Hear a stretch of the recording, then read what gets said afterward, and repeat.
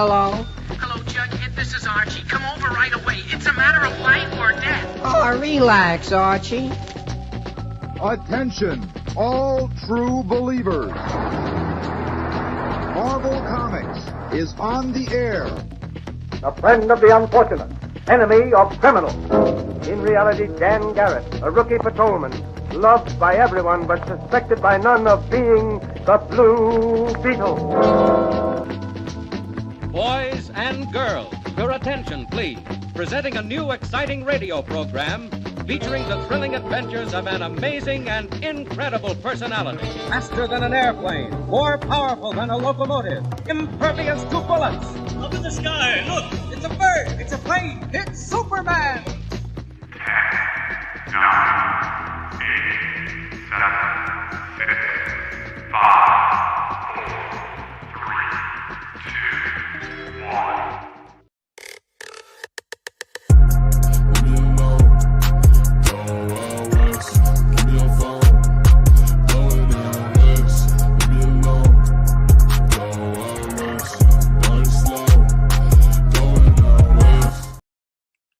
Hey, what's up, everybody? Welcome to another Best Coast Comics. I'm one of your hosts, Christopher, aka the Bronze Age Nerd, and I'm joined by my always faithful sidekick, Sir Isaac Newton. Yes. Oh, wait. Big B McFly. How come I can't ever remember that? I'm always curious to see which one you come up with. Isaac Newton. I mean, hey, I'm a big fan of all of your laws, man. Good job. Gravity. It's a pretty good one. Pretty good one. Welcome everybody to the show. We're back to a normal format for our show. Last week we had the claim sale. Thanks to everybody that popped in for that or watched on the rewind. This show we're going to kind of do that newer format we've been doing. Just kind of give everybody a heads up here real fast about some notes. First off, if you're watching us on one of our YouTube channels or anywhere else for that matter, hey, thanks for watching us. You can watch on Big B McFly's channel on YouTube. You can watch on my channel on YouTube, and any of the EXP channels like Facebook, their YouTube channel, Twitch, Instagram, all that stuff. And links for those are in the description below. So definitely go check those out and sub them up. And our topics tonight are going to range. We're going to start off talking about just our week and how things have been going with us and talking a little bit about personal and life kind of stuff. And then we're going to get right into our topic, which is basically a nerd fight, right? We're going to talk about who we think is the best fighter in comic books, basically kind of like a martial artist, but we're not talking like Superman or the Flash, who has like powers that can kind of make up for their shortcomings in fighting necessarily. But we're talking about hand-to-hand combat, like who's going to come out on top. So we have that topic, and then we're going to get to some of the news. We haven't talked about news in a while, so there's actually quite a few things we haven't really kind of discussed. And we're going to, of course, share all of your community art, so we appreciate that. No matter what channel you're watching on out there, we do appreciate those thumbs up and subscribing to all those channels like I mentioned before, so thank you for doing that. Let's say hello to everybody who joined us today in chat so far. Derek is in the chat. Thanks, Derek, for being here. We appreciate it. We appreciate you. GT Key Comic is here, and not only is GT Key Comic here with his standard emojis he drops in, he's also calling out Richard. Where you at, Richard? Where you at? Richard's right here. He's here. Thanks all of you for being here. We appreciate you on all the channels. It looks like that you're saying hello on. Richard apparently woke up late. We all know how that goes. Bronze medal this week. That's perfect. And Richard says, you guys are on too late for me over here on the East Coast. I'll cut to the chase. Answer to this question is Herbie Popnecker. Best fighter ever, he says. The Fat Fury. Thanks, Rich. We appreciate that. I like the best fighter ever. I like that part. And then let's see, we got Psycho Phil's in here. He's stuck at work with major server problems. Hopefully this is reaching you just fine through the YouTubes. Probably server problems on the other side, I assume. So this is playing on the 80-inch conference room TV. Man, I never thought our heads would get that big, but it's happened. It's finally happened. Just when you thought we couldn't get our heads is bigger. Comic Tropes, shout out to Comic Tropes. I'll be talking about him here in a minute when we get to one of our segments, because I actually crossed paths with the Tropes of Comics earlier this week. He can defeat any drawing of a superhero. I don't know. There's some like one of those giant um uh pieces of art they put on the side of a building during like San Diego Comic-Con or New York Comic-Con. What if that fell on you? Could you defeat that? Pride cometh before the fall, they say. Christina's in the house. What's up, Christina? Hello. It's rough watching the show from the East Coast. Yeah, and that's why, we kind of leaned into the Best Coast theme because we knew basically because of my schedule more than anything else. I'm sure Big B could accommodate an earlier time somewhere else in the week. It's really hard for me to stream earlier than 8 o'clock Pacific any day of the week unless I make really special arrangements, like childcare, that kind of stuff. So we do what we can, and that's why we appreciate you checking us out wherever you're at. Newton did love those apples. What do you think? Do you think Newton was a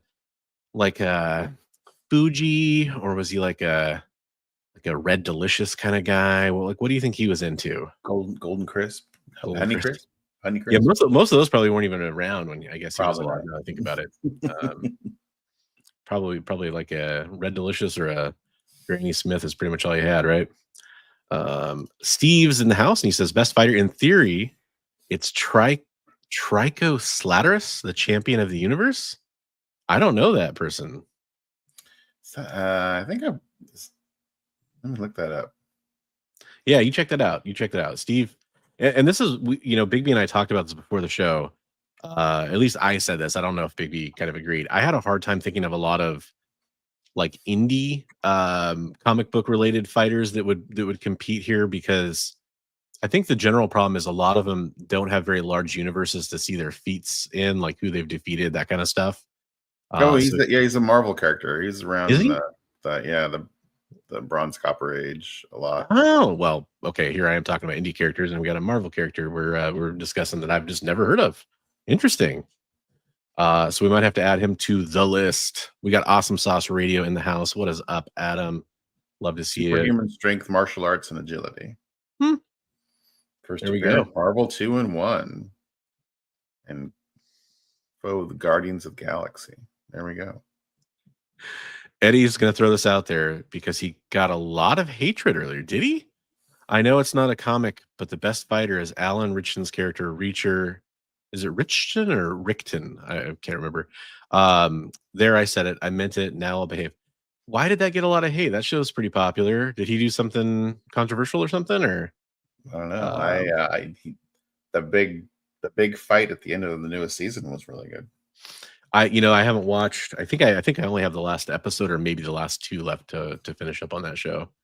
I mean, there's a fight they've been foreshadowing all season long, so it's not surprising that that's going to be coming up, I'm sure. Is it with the largest guy in the world or whatever, the largest strong man in the world? Yeah. Pretty brutal. Shout out to him. I wish I could remember his name, and more importantly, how to pronounce his name. He actually commented on one of my videos at one point. Really? And it was really him too, because I talked about he played Ursa Major in the Black Widow movie. Oh, right.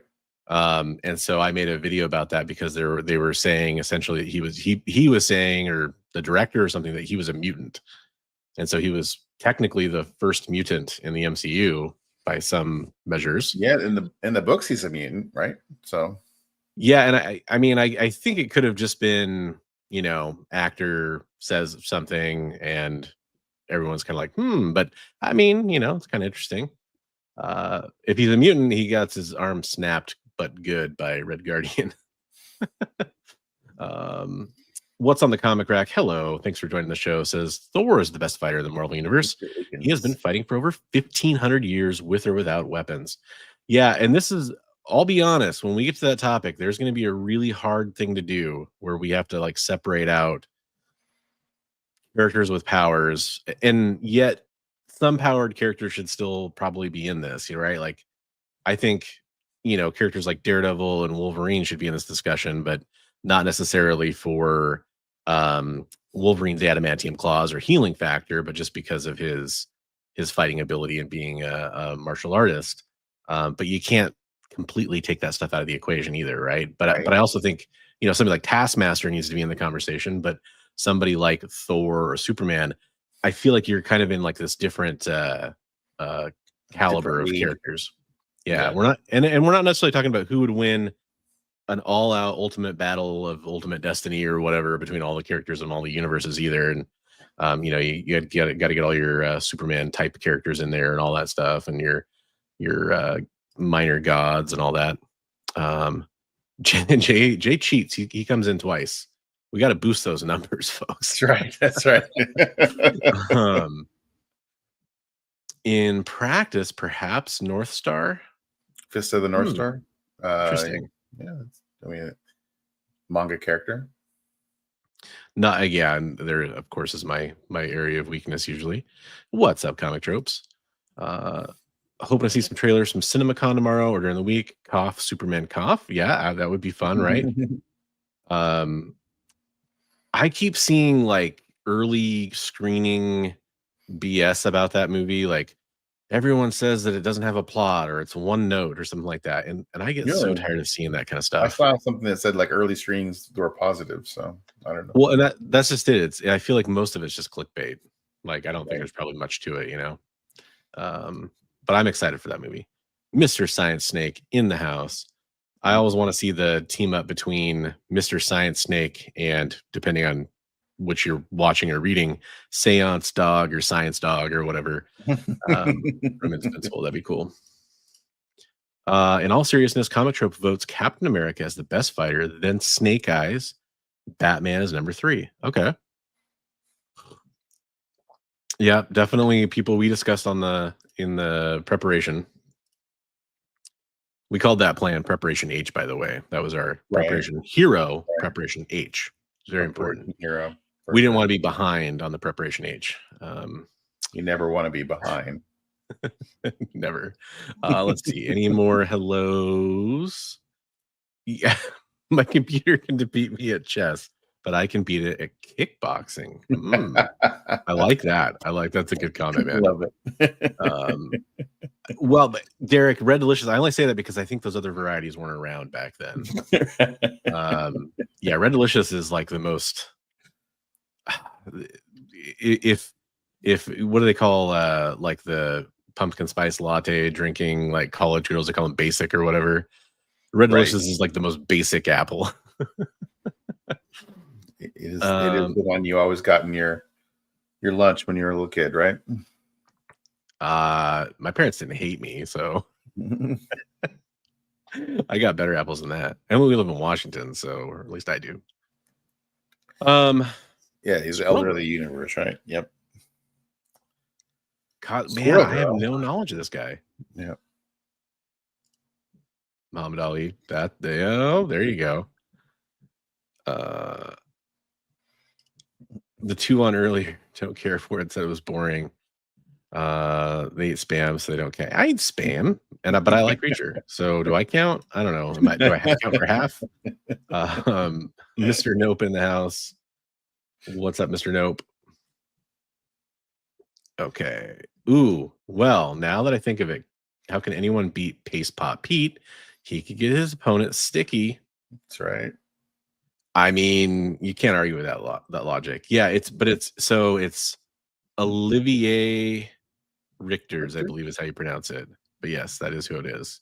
Thank you, Jay. Yeah, Daredevil is certainly going to be one we discuss for sure. He made the cut of, at least in the conversation. Ooh, Karnak, Lady Shiva. Yeah, definitely in the conversation. Like Steve and Bleeker are saying here, Shang-Chi, definitely one we talked about early on. Willie Lumpkin. High up on my list for sure. Yep. No, I've never read Thanos Quest.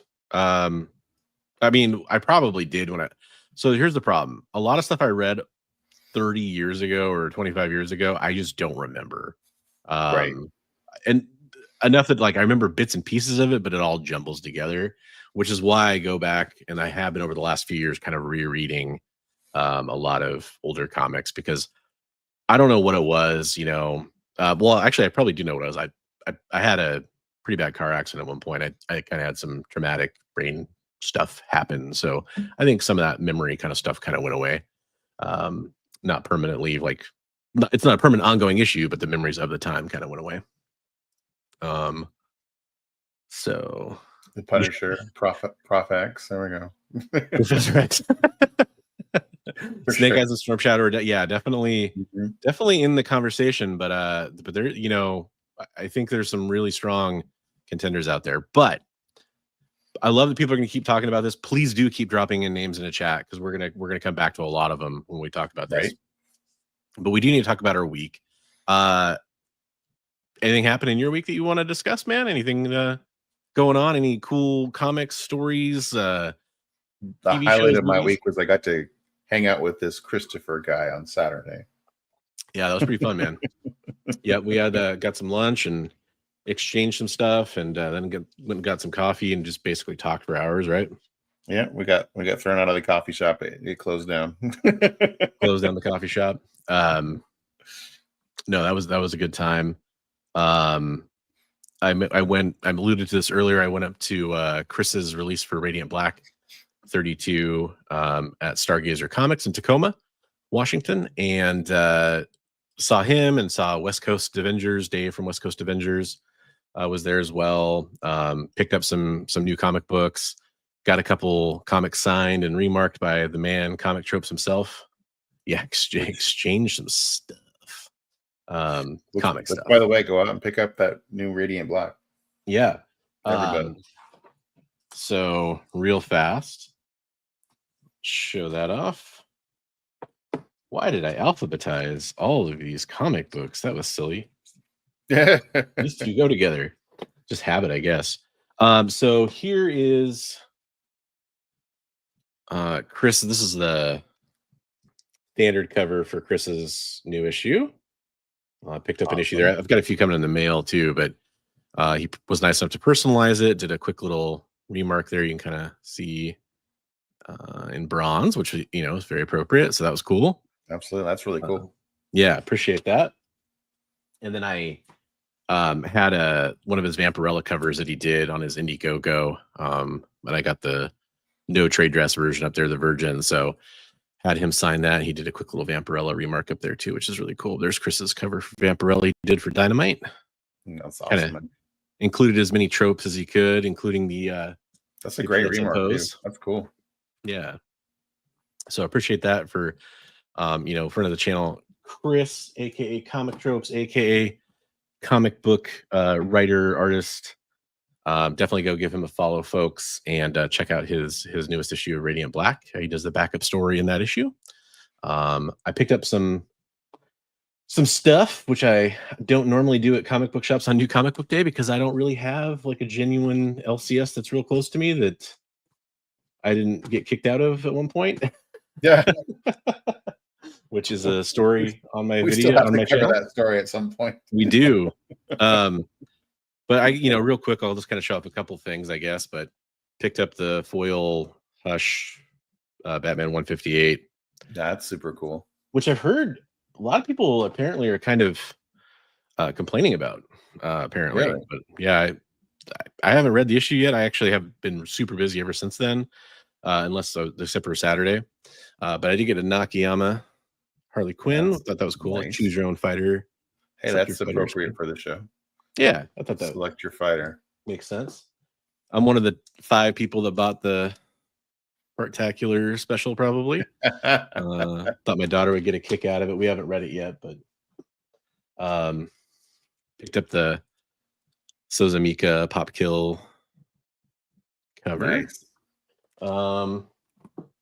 And let's see. Oh yeah.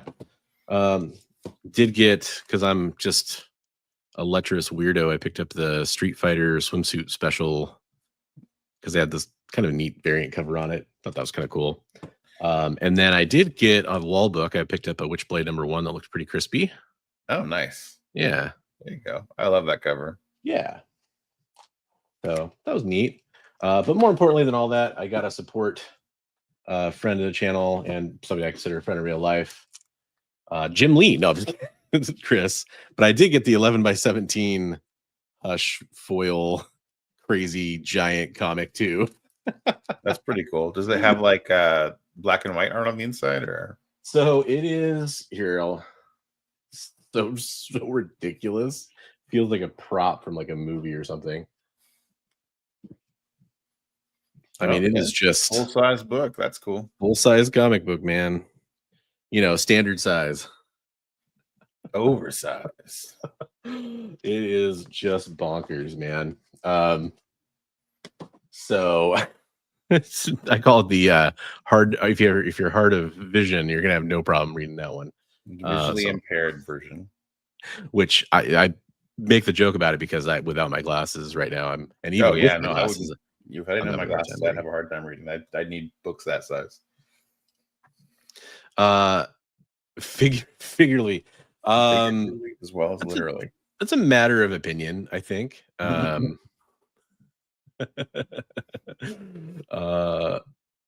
Yeah, I know it's crazy that people would be out there complaining on, like, who goes on the internet and just complains about things. I don't get it. Anyways, I want to complain about some stuff. Yeah, I origami it up into like a little batarang, and that's how I get it inside the long box. It only fits in lengthwise, and then you gotta just fold it over. Dan Wickline regular sized comic. That's funny. So when did that? You know, and would be remiss if I didn't talk about hanging out with my buddy over here and showing off. I mean, this is mostly stuff from the claim sale, actually. But I may as well show off a couple things real fast that we exchanged, right? Oh yeah. First full appearance of Bastion, got that from Big B. First Team America, Captain America there. That's pretty cool. Got sort of a trinity of the John Walker storyline, Cap No More kind of stuff, including the literal Captain America No More. And then the first John Walker as Cap. First New Brotherhood and Cap Annual 4. See, this is why if you're jealous of any of these books, it's why you should come to our claim sale. And then that awesome and gorgeous Mike Zeck Cap Annual number 8 as well with Wolverine, Captain America. This is the one that to me is super appropriate for tonight's show, right? For our topic. And then if you're just like into boobs, then I got this Warren Lau Vampirella from his store. That's kind of my pickups and stuff like that. Well, both of my pickups from you were fighters, so there you go. Yelena Belova and Battle Beast. Battle Beast, yeah. There's an epic fighter. That's true, right? So we had a lot of fun. We got to talk about some plans, but mostly just hang out, it was kind of long overdue. So yeah, it was just really cool to hang out and share and catch up and just commiserate on what's going on in life. And that's one of the best things about our friendship. Yeah, absolutely. Lords of Brooklyn dropping in Karate Kid. Karate Kid, I have him on the list. I have him on the list. Swag, what's up, Swaggle House? Thanks for dropping in, man. We're kind of just catching up on stuff. I do want to mention, like, so we kind of started doing this thing where we talked about things we read or TV shows or movies or whatever. I finished. So my wife challenged me essentially to read a romantasy book, and I ended up reading the trilogy of books that's out so far. Talked about it before when I started reading this book called Fourth Wing by Rebecca Yarros. It's part of the Empyrean Chronicles or the Empyrean. I can't remember what the name of the world is or whatever. But basically, dragon riders. It's a romantasy though, so it's kind of like a lot of lusty kind of Harlequin style stuff going on, as well as fantasy action. That's super popular right now. It is. It's very popular. Book talk, they call it, and all that kind of stuff on TikTok. It's kind of all taken off, right? I actually ended up kind of enjoying it because I don't mind cheesy, blocky kind of stuff like that every once in a while in comics. So I don't really mind it in books either or movies. It's kind of fine. There's a little too much, like, I would say, like, maybe a little too much like young adult style writing. It's not young adult material, but young adult writing. Because it's kind of hard to explain. I don't want to make it like a giant review, but I did enjoy the books. Just finished the third one today. which is called Onyx Storm. It's the newest book. So, hey, if you're looking for a book to read and you want to kind of, maybe you got a significant other that's into those books and you're kind of wondering about reading them, I'd say they're worth reading. They're quick reads. And I hadn't read a fantasy book in a while, so I kind of enjoyed reading something that had like, magic and dragons and all that kind of stuff in it for the first time in a while. But what I did is I got the agreement to be that if I read the first book of that series, she'll read the first couple of volumes of Something is Killing the Children, which arrived today. So I got some hard copy trade paperbacks of those. And so I think tonight she's going to start reading Something is Killing the Children. And I'll report back with what she thought about those. So yeah, kind of doing a book club thing, I guess. Yeah, I've a couple guy friends of mine, their wives have been drawn into comics from reading that. So yeah, it's one of my like ones that I know she really enjoyed reading The Walking Dead, and I'm not gonna say like those two stories are extremely similar in a lot of ways, except for the maybe almost like the pacing of the storytelling is kind of similar, and so I think she'll enjoy that kind of format for that book. But so I'm excited for that. I can't wait to talk about some comics with her again for the first time in a while. Hey, what's up, Tat Comics? How's it going? Hey, enjoy having you here. The Bronze and Copper Book Club. There you go. There's an idea. And Ozzy's seen the Care Bears take down a few peeps. Oh yeah, with their Care Bear stare. It's like the penguin stare from Ghost Rider. Oh yeah, but way more powerful. The Care Bears are terrifying if you think about it in real life. Everybody wins. I got halfway through that comment. I kind of have a tendency to read ahead in comments and just assume I know what they're going to say. I almost thought he was going to say her boobs or her butt. Like, oh, that's actually a question I could dive into. Whoa. He says, I loves the Walking Dead comic. The show is okay, but like, yeah, the show, I really enjoyed the Frank Darabont. I don't know if it was just the first season or the first two seasons, but the first few seasons were pretty good. I think it kind of, I watched for a while longer after The Farm, but I think like, The Farm kind of started to change things a little bit. I don't know. It still has merit, but it's just, it went on too long. Yeah, to me, it got a little almost formulaic after a while, but yeah. I believe I'm definitely going to be going, and I believe Bigby is going to try to go as well, right? Yeah. I'm also going to be at Washington State Summer Con. What weekend is that? That in June? When is that coming up? June. I can't remember which weekend. I think it's the second weekend of June, but I could be mistaken. What's up, Jerry Chick? Cosmic Rooster. How's it going? Like reading the name Jerry Chick makes me think geriatric. I don't know if that's an intentional play on words, but right. Eddie says, I'll ref that fight with lefty versus righty. Yeah. I'd say based on one prominent cosplayer I've seen, I'm going to go with left. That's my answer on that one. Just assuming that is the weekend of the 20th. Oh, okay. So it's a little bit farther in June, though, right? Yeah. Okay. And then I believe Rose City is either the second or third weekend in September. It's on somebody in my family's birthday. I can't remember if it's mine or my daughter's or my dad's. We're all our birthdays around the same time. SummerCon, that's the same weekend as HeroesCon. Right. Some people probably have to make some decisions. Mine's made for me by not having a plane ticket. In a hotel and all that good stuff. Yeah. Read Vampirola's right boob, Nick Barucci. Left boob, Rex Wang. Oh.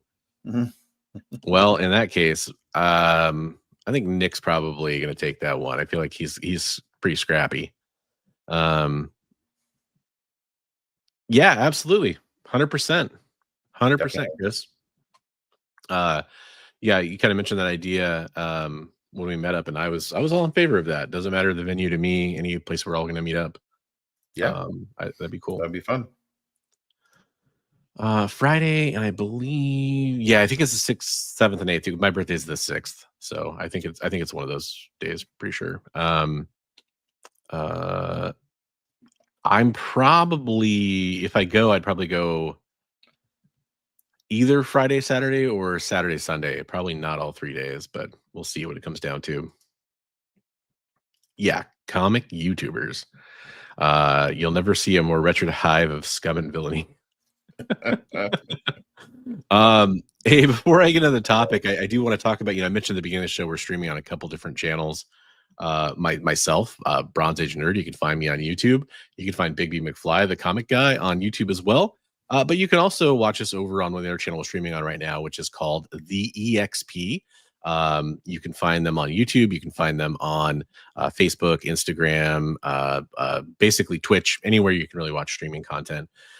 Tomorrow night, they have some amazing shows coming up. The first one is Comic Industry Insiders at 2 Eastern, at 1 Central. And so I really recommend checking that show out over on the EXP tomorrow, 2 Eastern, 1 Central, where they talk about, well, comic industry inside knowledge kind of stuff, which is pretty fun, especially right now, because there's a lot of stuff going on in that world. But we're not going to talk about that. We are going to talk about who could kick the snot out of each other in the superhero world. So I'm going to just kind of save some people some time here by reading kind of the list that we came up with and the few we threw on at the end. So Shang-Chi, Iron Fist, Wolverine, Batman, Taskmaster, Deathstroke, Captain America, Black Panther, Elektra, Karate Kid, Bronze Tiger, Richard Dragon, Lady Shiva, Cassandra Cain, made her as Batgirl, Wonder Woman. We weren't probably going to take that one off, but it was just one I threw out there. X-23, Deadpool, Daredevil. Let's see, Black Widow, Snake Eyes, and Catwoman were names that we all threw around. We don't have this is kind of just, remember when you would go eat lunch and talk with your 1 or 2 friends you had that read comic books back in the day, or you would hang out, at a baseball field, no one's playing baseball, but you were all sitting around talking about comics, trying to hide from the sun and the shade during summer break or something like that. And you were talking about, man, who would win, so-and-so or so-and-so. That's kind of what this is. It's not like we don't have a bracket. We're not officially trying to, definitively figure this out, but we are curious from the Best Coast Comics perspective, who we think are some of the best fighters. We're not going to go, pound for pound on, well, in this issue, so-and-so beat so-and-so. So that means that they're obviously the winner of the entire thing. Because plot armor, any writer can write any character to be any kind of fighter they want, but we definitely are looking for consistency over time, like who's represented as having trained a lot, who's shown that they can use that training, who deserves it, that kind of thing. It's kind of difficult because we're trying to rule out use of powers to benefit. So we were like, well, you can't have Superman and the Flash because he's got a super speed. He's going to be able to, all that stuff. So we're like, but still, like Shrips just said, well, Deathstroke has the healing factor and speed. So it's like, And I mean, for sure, there are characters on this list that have powers. And I wish I could just distill it down to, okay, pretend that all their powers are gone and they're just in an arena where they're fighting off 1v1 in a box, a octagon, whatever you want to call it, without their powers. The only problem with that is it fair? Like if you throw in somebody like Taskmaster, is that even fair? At that point, because Taskmaster might have been one of my favorites to take this, but then if you do that, is he stuck with one person's powers he can mimic, or does he remember the people he's mimicked in the past? Like that kind of thing. Like it gets into this weird kind of space, right? Yeah. So we're just gonna kind of have fun with it, folks. I like Mr. Science Snake, Conan. That's hey. Yeah. Yeah, Conan. That's a really good one that we missed. For me, I guess part of it is there's so many names on here that are fighters I love. You'd mentioned Black Widow, and Daredevil, who I think is up there for a lot of people. But then I'm like, if you really think about it, in this kind of a fight, does Daredevil really defeat Iron Fist or Shang-Chi? Like, really? Maybe. I mean, yeah, again, depending on the writer. But I feel like, you kind of end up with most of the universes of characters, you kind of end up with a few fighters at the very top who are most likely going to come out on top, right?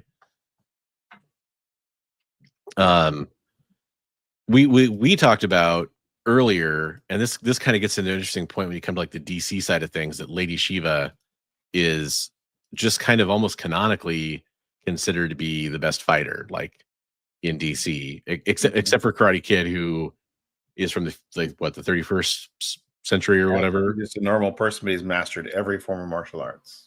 But he's from like the future, the Legion's future time, right? Yeah. I'm not saying that doesn't make him count. I'm just like trying to, kind of clarify that. I guess he's probably not running around encountering too many of the characters. I kind of put Lady Shiva, Karate Kid 1 too on my list. I think probably Black Canary is way up there, tropes. Yeah, I think Black Canary should be way up there too. But again, like at the end of the day, is she going to realistically? Because we have Batman on the list, and I think Batman's a really popular choice to probably like hang. But Batman's also like, I believe, and except for all I could find is one time where Lady Shiva was being mind controlled, that he like knocked her out with one punch, but it was almost like I don't think she was expecting it, and she was being mind controlled. So technically he's never defeated Lady Shiva. So, you can't really put Batman on that list, I guess. Even though he'd defeat a lot of these people probably, depending on the fight, but. Yeah, I mean, and then side note, Cassandra Cain is the daughter of Lady Shiva, so. Right. Yeah, that's a good point. Good point. Trained by. But I mean, you get into that with a lot of the characters on this list were trained by the League of Assassins. A lot of characters on this list were, trained by similar like masters in Marvel, that kind of stuff too. So you kind of end up with a lot of that carryover. It makes sense. There's usually a lineage. Karate Kid can kick his opponent back to yesterday. Yeah, Elektra we mentioned Elektra. Yep. And see, like that's where I get, we're probably, this is like you kind of start to get into that whole who would win, Goku or Superman debate kind of stratospheres when you start talking about characters like Battle Beast, Invincible, Omni-Man, Superman, Sentry, whoever you want to throw in there, right? I think that there's a really strong history of people debating and having that talk. I think we're mostly going to avoid that, although we definitely could talk about it a different time, and just kind of take it down to the street level, non-powered ish, which is why like Wonder Woman was on my list for like a hot second, but I basically immediately kicked her off in my mind, because I'm like, well, her power levels have kind of been shown to be different at different times. Like sometimes she's closer to like, a deity, like half goddess kind of character.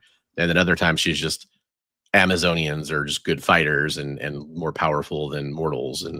But then again, is she immortal? So then you have to kind of get to that conversation. Right. And then like you have Captain America or any super soldier recipient, super soldier serum recipient. Does Captain America count? Like, can you legit throw him in? Because his power, I mean, it's definitely, you could go by like the 80s trading card text where he's peak human, they kind of keep saying that. But then I'd say in modern comics, he's shown to have relatively, different feats of strength, speed, etc. Like in the MCU, like he's clearly running faster than a peak human can run. He's clearly stronger than a peak human can be. And I think the comics have reflected that too, to a certain extent. So it gets dicey. Well, what's your opinion on that one? A Cap?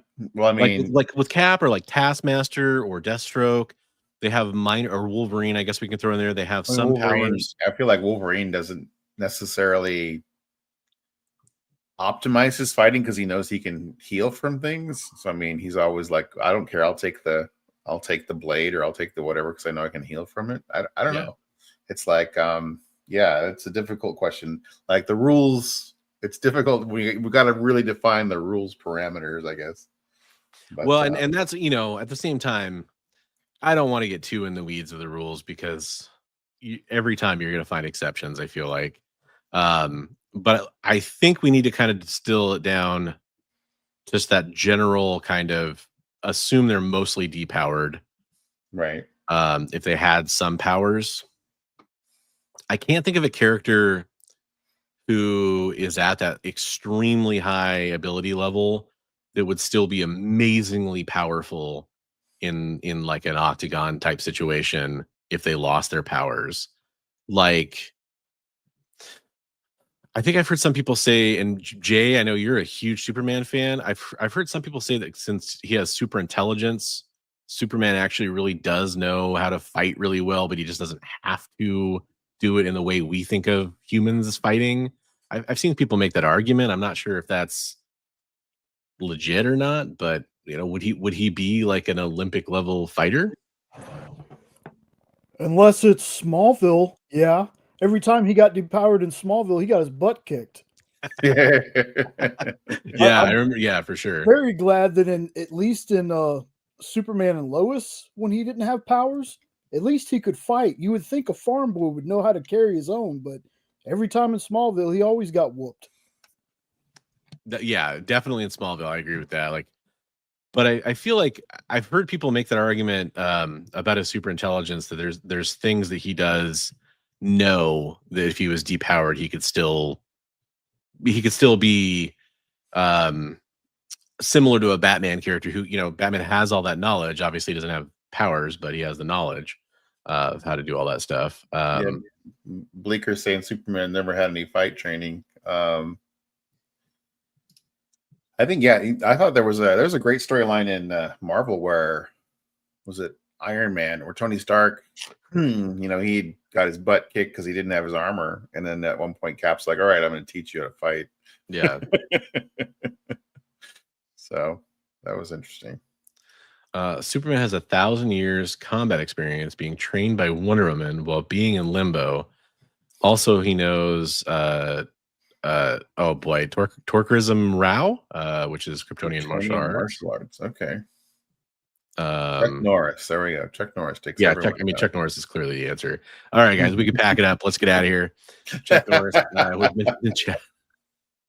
No, I think I had Taskmaster at the top of my Marvel list, and Shang-Chi, and then Cap.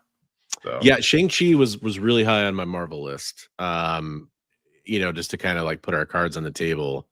And I mean, it doesn't, it obviously, it's not like we're not assuming that all the Marvel characters fought and then one of them kind of remained. But what we do know is we see Marvel characters fight all the time, and we see which characters tend to come out on top, that kind of thing. On the DC front, a character I'm barely familiar with, but is always mentioned anytime this comes up, is Lady Shiva. And I obviously have some familiarity because we talked about her earlier, that kind of stuff, but no, I'm not a DC person. And I kind of have to take everybody's word for it that she's, kind of the strongest of the League of Assassins school of characters and fighters. Right. Was there one other one that you were saying from DC that you thought was up there? Karate Kid. Oh, right. Yeah, right. Karate Kid. That's right. And I saw a lot of debate on people saying Batman is one of the greatest martial artists in DC, but yeah. And then you've got everybody who's trained by, so you've got all the League of Assassins guys, and you've got everybody who's trained by Batman. So, so Nightwing and everyone else. Rook. Yes, we did mention Cassandra Cain, and we did mention that it's to be fair, Bigby mentioned that it's Lady Shiva's daughter. She can be Lady Shiva, he says. Okay. Ninjak. I didn't even think about that one. That's a good one. There we go. Yeah. Yeah, I mean, Batman. I feel like this is kind of where I'm at with Swagglehouse's point here, and it's what I'm trying to do my best to weed out is the plot armor. The writer's going to figure out how they're going to win. If you go to like subreddits where they discuss this stuff ad nauseum, you'll always see somebody say like Batman with prep time, Batman without prep. Like if Batman knows who he's fighting and he has, hours at least to prepare for the fight, he's gonna find some weakness or plant some trick to, there's that to be said for Batman. But when you're talking about stripping away that situation down to like his actual fighting ability, I do feel like he's probably, the best I can explain it is he's so good at so many things, he can't possibly be the best at just fighting because it's not what he devotes all of his time to. Right. He's also the world's greatest detective. He's also essentially a scientist, essentially, a doctor, essentially a few of those things. I didn't realize Rook saying Cassandra didn't know how to speak. She originally only understood fighting. That almost sounds like Echo. Yeah, when she gets introduced in No Man's Land, that's kind of a thing they bring up quite a bit. Dominic Toretto with either a car or a sledgehammer, especially if family's on the line. That's right. Oh, Brooklyn says Batman admits that Bronze Tiger is better than him. So Bronze Tiger was the, and my DC, fans out there, of course, I love me some DC, but I'm not as well versed in the knowledge. Bronze Tiger was one I got added to the list because I remember always seeing Bronze Tiger's name get mentioned when it comes to this stuff, like Bronze Tiger or Batman. I remember seeing like that a lot. So, folks out there that really want to stand for your favorites out there, like Cassandra Cain, makes sense that she'd be way up there. I have Wildcat on my list. Awesome sauce. There you go. There you go. Then we have like out of those universes, we have Snake Eyes and Storm Shadow. We had Conan. We had those type of characters. So yeah, Michael J. White. Yeah, I meant to put White. My bad. I just realized what I put. Michael J. White. I mean, Okay. Hopefully, you never meet him at a con, Jay. I'm sure this moment will live in infamy. This will come up. It's gonna haunt you forever. Have you ever seen that video of Michael J. White doing the thing where he's like training for a movie or something like that? And he's trying to like get a guy to punch him. He's trying to say like, I can punch you and hit you like no matter how fast you are. And this guy is super fast apparently, and he like tries to throw super fast punch, and then he just goes really slow, and like the guy doesn't expect it, so he connects with him. I don't know. I feel like that's a clip I saw somewhere on the internet a long time ago. Kimbo Slice. Yeah, Snake Eyes. So Snake Eyes is an interesting one. I think if you bring up Snake Eyes, you got to bring up Storm Shadow. And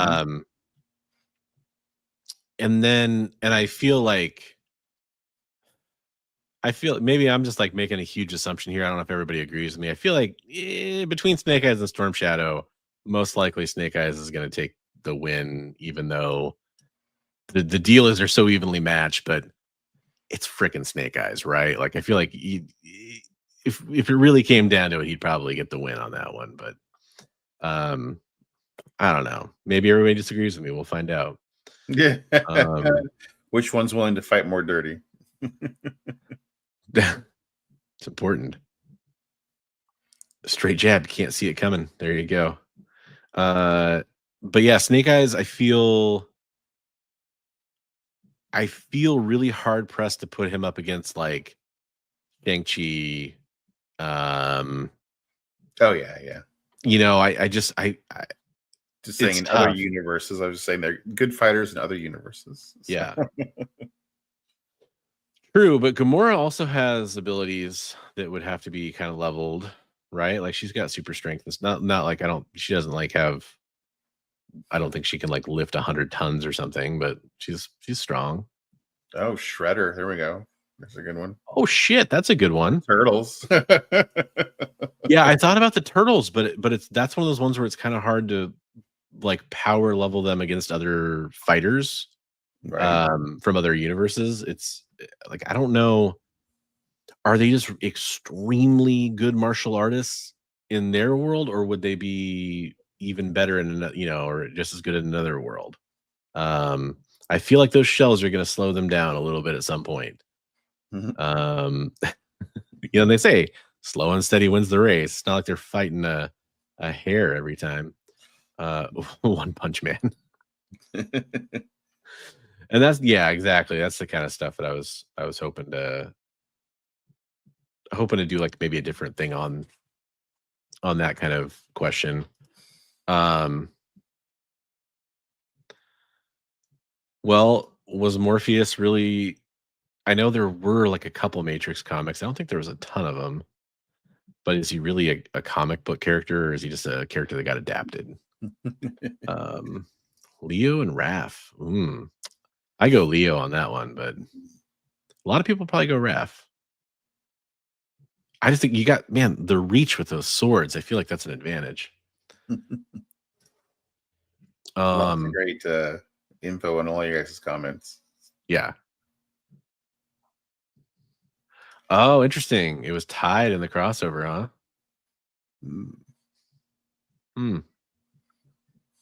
But then again, Batman's never beaten Lady Shiva, so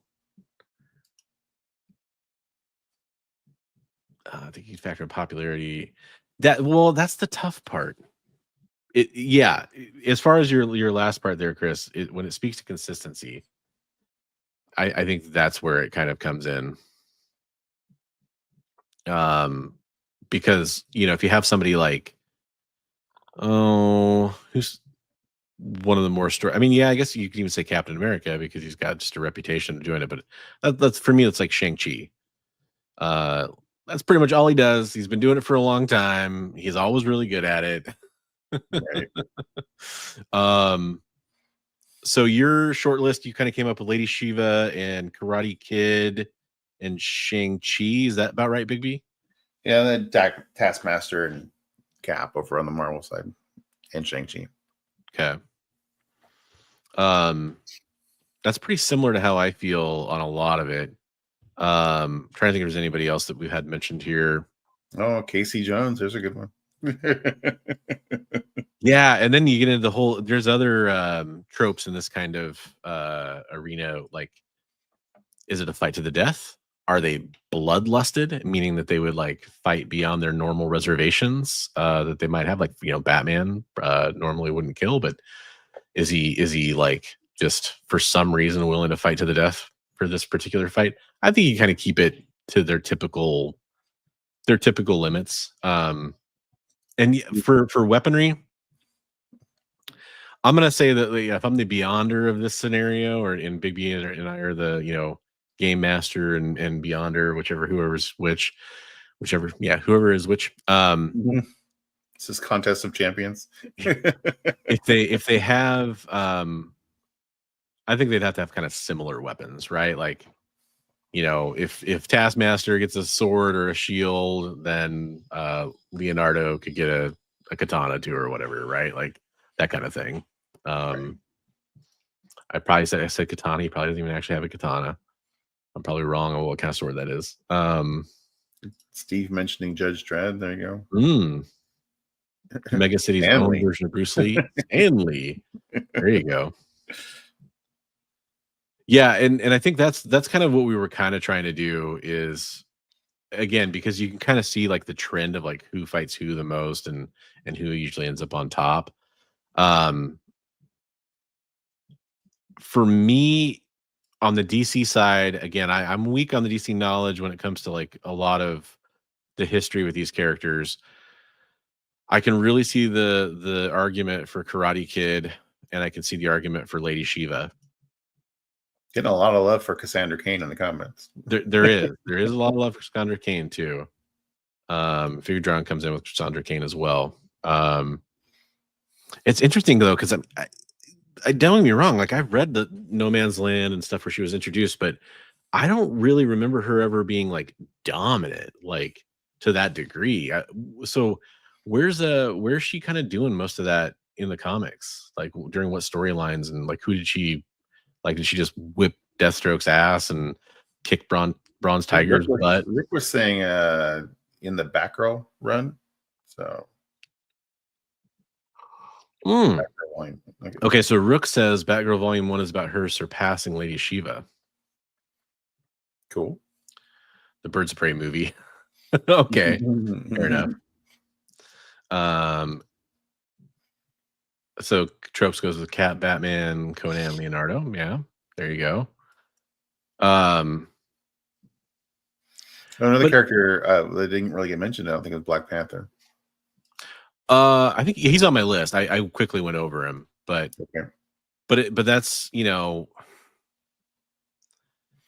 that to me kind of comes into the Captain America debate, which I'm still having in my own head of like, do you move Captain America forward or not? Yeah, because I mean, yeah, he's got the herb and he's got the herb.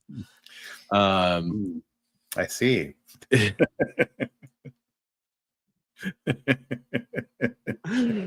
Oh boy.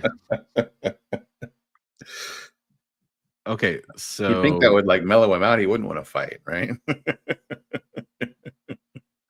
What is Steve? The funny thing is I actually don't think Wolvie actually really makes it forward in this, because that's the kind of thing where it's like, you know, if we kind of play around with like taking away the abilities, I do think he's more of a skilled fighter. From the comics I've read, he's trained a lot. Like, you know, he knows. There's an episode. There's a comic where he's like training. I can't remember. Somebody gets depowered. Maybe it's Shadowcat, and he's like training her in like Krav Maga or something like that, where he's like, only use your elbows and your knees, and he's trying to like show her how to fight, basically, with like, you know, your hands and feet have been disabled or something like that, I think is kind of the gist of it.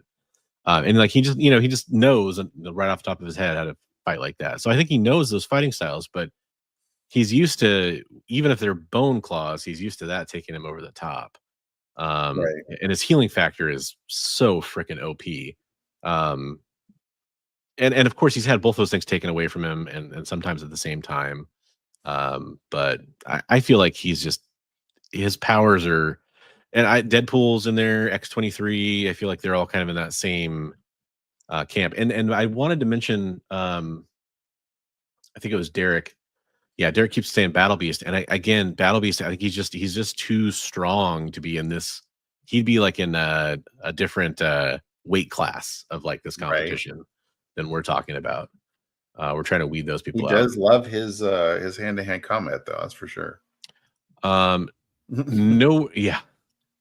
worries, Richard. You should just to catch you up real fast. Sydney Sweeney won the greatest fighter of all time competition. That's right. Okay, bud.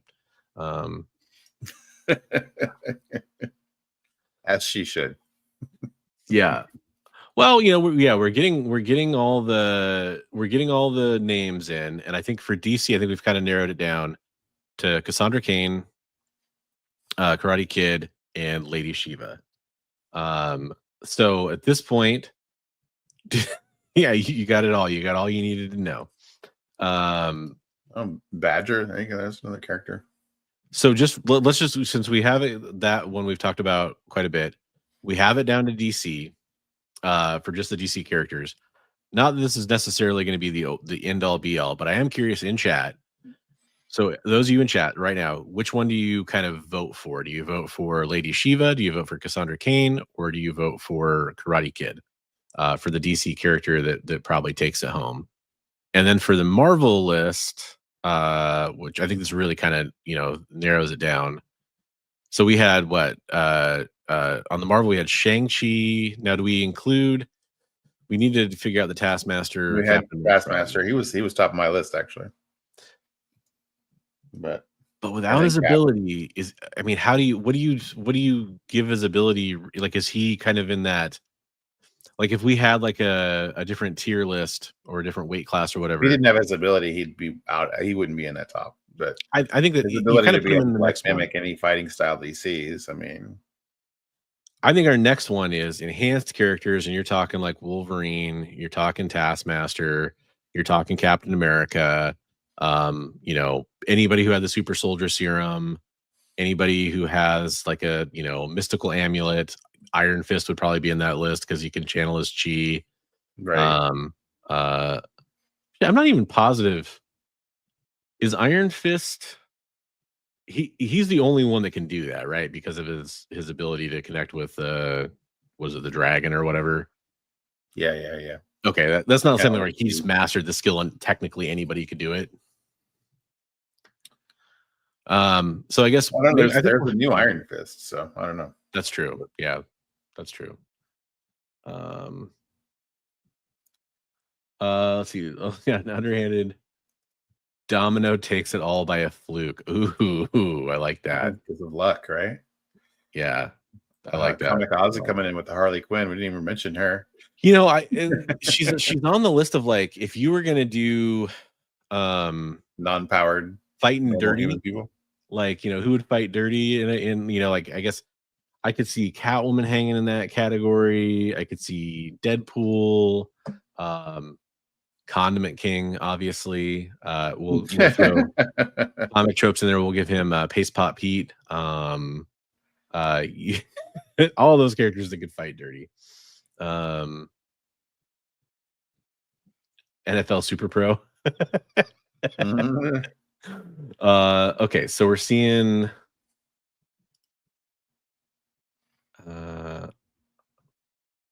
Cat. Wait, what? Did I miss something? Yeah, Catwoman. Cat. I'm trying to figure it out, Derek. Yes, that's what it is. Okay, so it's just him or whoever replaces him. Okay.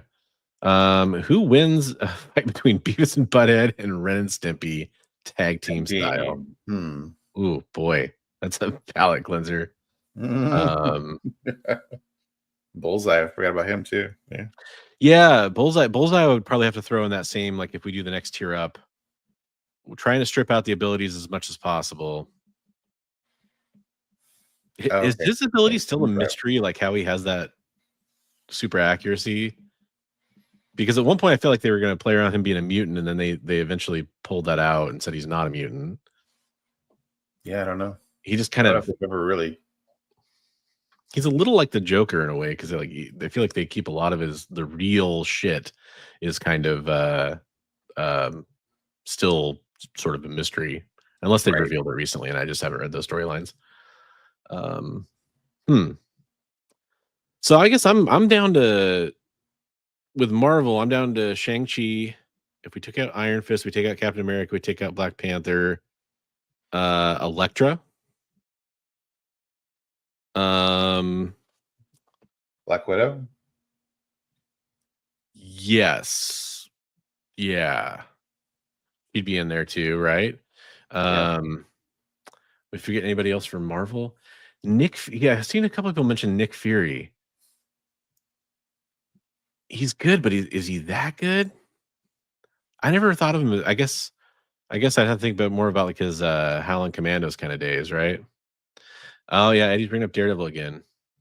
Yeah, but if he doesn't have any powers, but even without his extrasensory powers, he still knows how to fight. Like, yeah, but he wouldn't even be able to tell there's a punch coming. He has no radar sense. But I thought there was something where he trained with like stick or something like that. Like he was able to negate his abilities or something to like train him. Stilt man. Stilt man. You think the women are the better fighters? I think you just want to see the women fight, Richard. That's what I think. That's the psychological warfare, at least. I didn't see a lot of consensus from the chat. We're gonna have to figure this out. So I'm gonna have to, when it comes to the DC characters, I mean, I saw a vote for Cassandra Cain, I saw a vote for Lady Shiva, I saw a vote for Karate Kid. So basically split in the middle. Trope said Batman was his guy. So, well, no, we vote for Batman, but I mean, I think we kind of already ruled Batman out amongst our council here. Like he's kind of the jack of all trades, but the master of none. Which is I forgot. That's actually only half that phrase, but I forgot what the other half is. Ooh, Punisher. Yeah, you mentioned that. Okay, a Punisher for Marvel might be in there too, but I don't know. I feel like he's not going to come over take off Shang-Chi in that fight.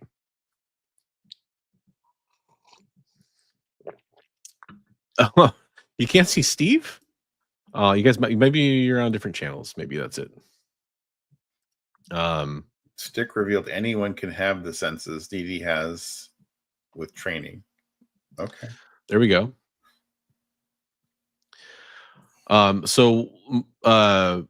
Chat, reveal your Marvel choices from the people we talked about. Remember, we're kind of taking out characters with abilities. We kind of decided that's probably the way to do this, I think. You might have to do a poll online, which you might have to do.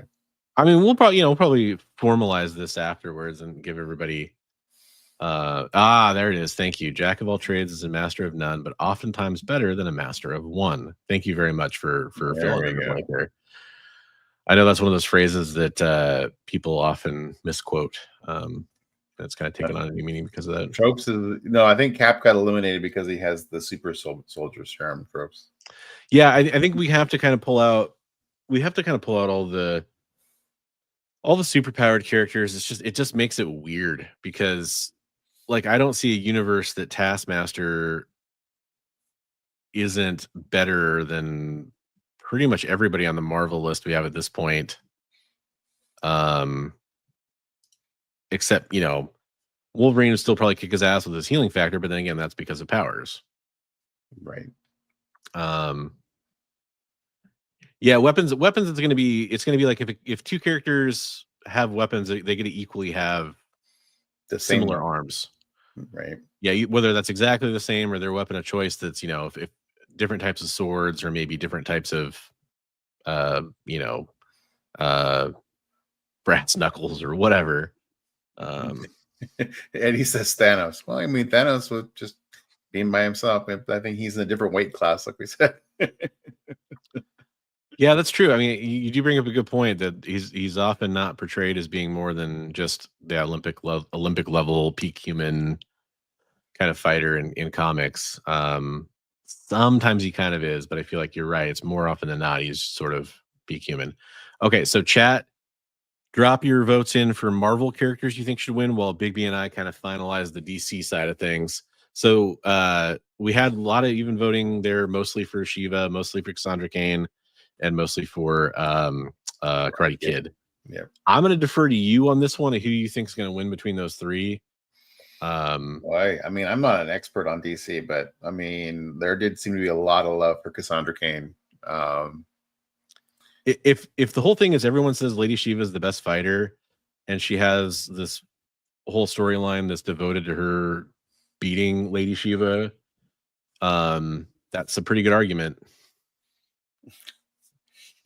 Moon Knight, yeah, that Moon Knight should have been on the list. I read an interesting quote about somebody who's like, Moon Knight doesn't care. He'll take the almost lethal hit to make sure he can hit you back. Yeah.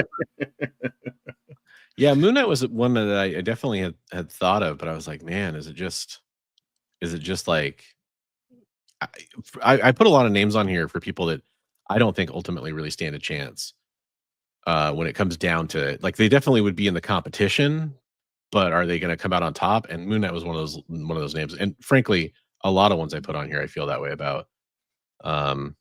Moon haunts you.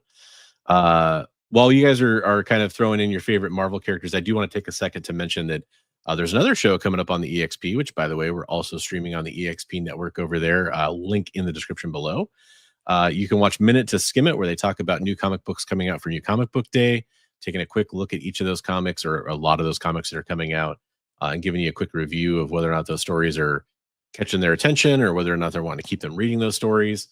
You can catch that tomorrow at 7 Eastern, 6 Central over on the EXP. Definitely go give a sub and hit the notification bell so you get reminded when that show comes on.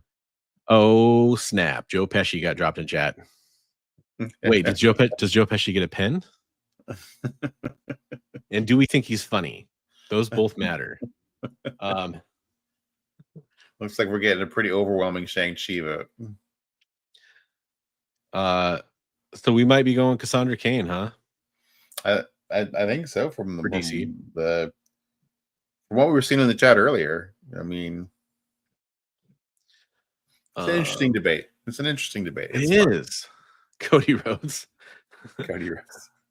I know the name. I know. Yeah, it's like somebody bringing up like John Cena, right?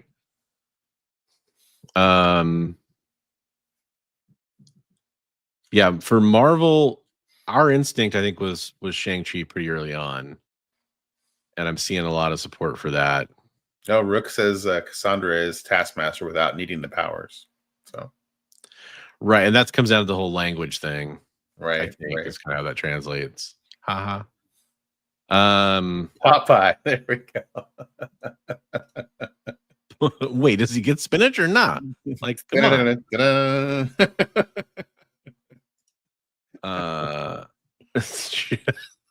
Joe Pesci couldn't beat Macaulay Culkin. Oh, dude, and he had help too.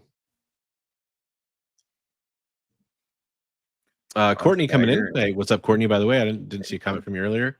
Bronze Tiger put the hands on Batman several times. Deathstroke destroyed Batman too. Yeah, but we already kind of said Batman isn't even king of the castle over in DC when it comes to some of these other fighters. But great points. I don't disagree with you on both of those. Yeah, I think actually Batman and Deathstroke is probably one of my favorite matchups from like a fighting perspective, just based on they both have a little extra going on there in different ways. Some Luke Cage action.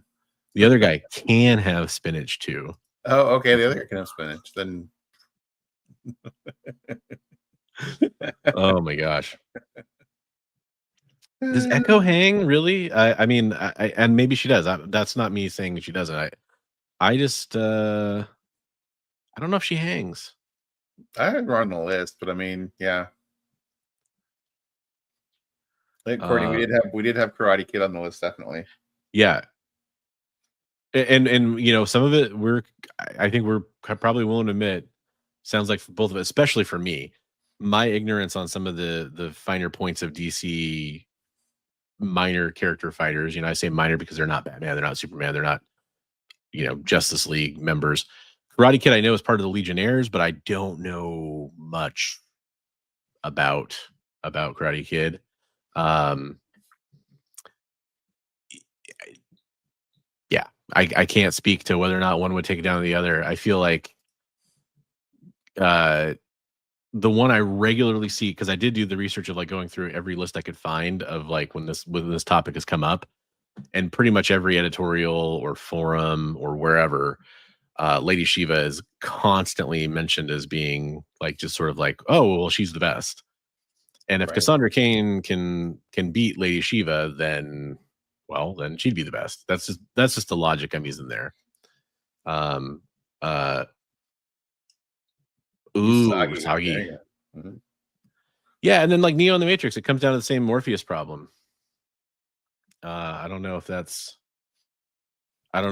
technically. I mean, like, yeah, technically there was a comic book, but Daniel LaRusso, there you go. Karate Kid. Sweep the leg. Oh, he wouldn't sweep the leg. Come on, that's a what's the name of the Cobra Kai? Gru the Wanderer. There we go. You talking about Johnny Lawrence? Yes, Johnny Lawrence is the sweep the leg, right? Right. That's right. I need to finish that show, by the way. I haven't finished all it's over now, I guess, right? So, and there's a new movie coming out. That surprised me. And it surprises me even more that the movie doesn't seem to have a ton to do with the show, even though it's about the same story, I guess, but they don't seem to have much to do with the Cobra Kai events, from what I can tell. Dracula, stick with Moon Knight. Okay. I was trying to kind of Mantis. Really? Okay, you're gonna throw Mantis in there. All right. I saw Mantis on a few lists when we were doing the research. Yeah, for martial arts. Steve's beating the Trico War Drum, which I appreciate. It's probably going to come down to my own ignorance there on some of these characters. I think a lot of it too is like, yeah, like how much are we getting exposed to the characters? How much are they being promoted as like this great fighter in their universes, right? So I mean, yeah, Lobo. Yeah, definitely. You know, I think that we've kind of stumbled on that. We're going to have to do more entries in this series with different tiers of abilities. So I think I'm going to say, I'm going to put this, I'm not saying this is the final answer. I'm just going to write this down in our imaginary piece of paper we have in front of us. Our imaginary whiteboard. Yeah. Shang-Chi for Marvel, Cassandra Cain for DC. Again, it's not that it has to be by publisher, but it's just, I mean, it's ultimately going to probably come down to that. And then, do you have any problems with either of those? No, I don't. No, those are good. I mean, and don't get me wrong, chat, you're coming up with some fire arguments. Some of you will probably, I guess that's the one bridge we didn't cross. Shang-Chi versus Captain America. If we assume Captain America is really just the best he could be, you know. Yeah, I don't know. So I've got almost a tie between those two, probably. I feel like it kind of comes down to that, and this is maybe me simplifying things too much. Captain America is also, and this is kind of actually what spawned this, by the way, is we had a video where I think it's actually Chris that brought this up, like who was the best leader in comics. And we kind of came, you know, Captain America kept coming up. Of course he should. He's in that conversation for sure. And I think it's kind of one of those things where it's like, it's almost like with Batman, where he has other abilities, like other skills, like being one of the best leaders, being such a symbol that you kind of almost assume like he can't be the best because it's not all he focuses on. He has to focus on other stuff too. Maybe that's reductionist of me to say that, but I feel like that's just part of it. Whereas like Shang-Chi, like that's pretty much his deal. Like he's a fighter. I don't know.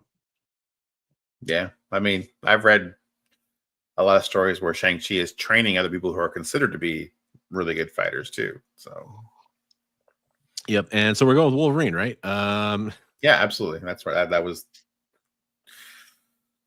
to get to the point of the conversation. Wolverine. Yeah. And yeah, awesome sauce, just like some other people have told you. You know, I might ask you from time to time, hey, did you mean this, or what does this thing mean on the voice to chat? Do not sweat it, brother. Anytime you do voice to chat, we're always going to assume that it's probably not, you know, if something doesn't make sense, we're blaming the voice to chat, not you. Turlock the dinosaur hunter. There you go. Absolutely. I saw Swag said Hawkeye if he can get distance, since we said, you know, we could have weapons. Oh, that's a good point. Oh, and then, man, part of me wants to put Storm Shadow back in the competition if we get to do archery. Right? Yeah. No, that's an interesting one. Comics, Shang-Chi trained G.I. Joe member Quick Kick. Yeah. There you go. God, I love G.I. Joe. Yeah, I'm thinking that's a pretty safe like pick for each. I'm not we've at least identified some of the top contenders. We can maybe put this to a poll, but yeah. And like, folks, keep in mind, again, this is fun, right? At least it is for me. I hope it is for everybody. I hope you aren't screaming. You're like, that's it. I'm never watching again. But it's literally an unsolvable problem, because when you really come down to, you know, oh, Superman is gonna fight the Hulk, or whatever it is, Goku and Superman, or Batman and Storm Shadow, or you know, any of those kinds of real matchups. We all know it literally depends on who's writing the story, what the point of the story is.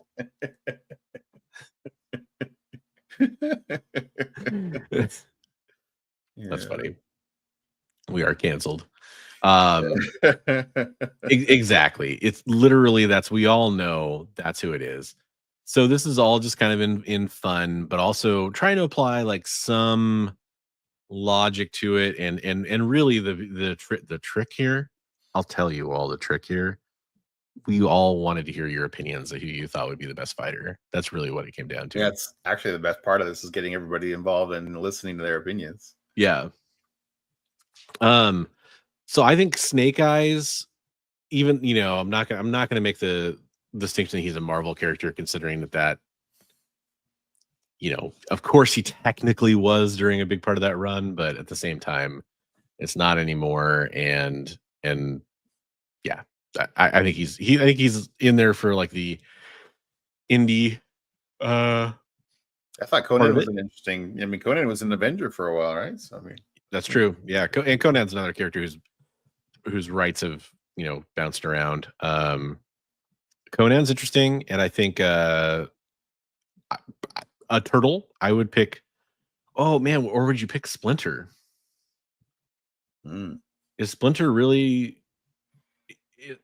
Turtles fans out there, people that know Turtles deeply. I wish we had Kyle out there because I know he's a huge Turtles fan. Is Splinter still probably more powerful than a turtle, or is it just that he used to be and he's older and he can train them?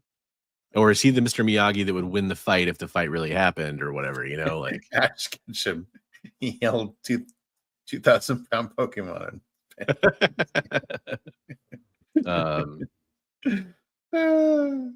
Oh, yeah, yeah. Good point. Roy Thomas.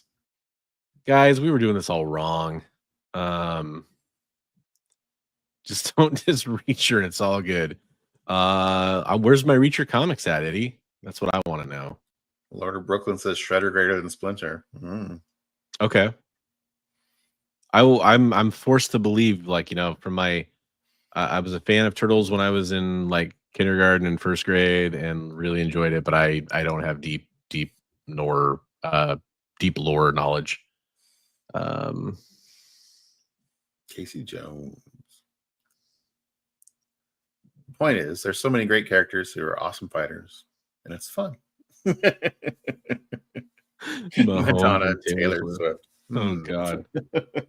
Oh, I thought it said Patrick Mahomes, Madonna. Yeah, totally. I don't know. I just read Patrick Mahomes. I thought that'd be even funnier. Did you say Mahomes and Taylor Swift? My brain just threw Mahomes in there because of the Chiefs connection. Bottom of the list. Howard the Duck versus a few people have mentioned this. Is Casey Jones really a better fighter than any of the Turtles or something? Like that surprises me, but a few people have mentioned Casey Jones. I don't think he's better than the Turtles, but he can hold his own with them. So now the Howard the Duck people are coming out. Jeez. Because Mr. Science Sake said now bottom of the list. There we go. Said Howard the Duck versus Dupe. No, not at all. If people are trying to get real serious there, I love it. Master of Quack Fu. Roy Thomas co-created hand-to-hand combat. Right. Hillary Clinton. I have a John McCain comic around here somewhere. Is he the best fighter? I have like the John McCain and Barack Obama comics that I got in my collection I picked up. Well, Barack Obama, definitely martial arts extraordinaire. The Goon. Splinter is Splinter's modeled after Stick. Okay. Yeah, that's true. Yeah. I mean, Mr. No does have a turtle in his avatar image, so I feel like we have to give him like a half-point credit for being knowledgeable about this. Yeah. I did see Stick listed as in the Marvel side as one of the top fighters too. And that's kind of what I was talking about, like the whole lineage thing of like because what Stick trained Daredevil and Elektra, right? Yeah. So that's where you were asking about Ra's al Ghul, because you were like, well, he trained theoretically the League of Assassins people. So, but then just like Splinter, just because the trainer is really talented doesn't mean the student doesn't overtake the trainer at some point, of course. I feel like Now there's a I Fight Club am joke in here. so. Which U.S. president was the best hand-to-hand fighter? Lincoln did some wrestling, sure, but Washington was a war general. But Abraham Lincoln was a vampire fighter. And, you know, what's the line from Fight Club? Skinny guys fight till they're pulp. John Wick, I'm not fighting him. Yeah, but John Wick. I mean, unless the other person gets it. John Wick versus Punisher, by the way, is a comic that I, in my head, just figured out needs to happen. Please take my money and make it happen. Abe is immortal. He's invincible. That's true. John Wick versus Joe Pesci. They both get a pen or a pencil, their choice.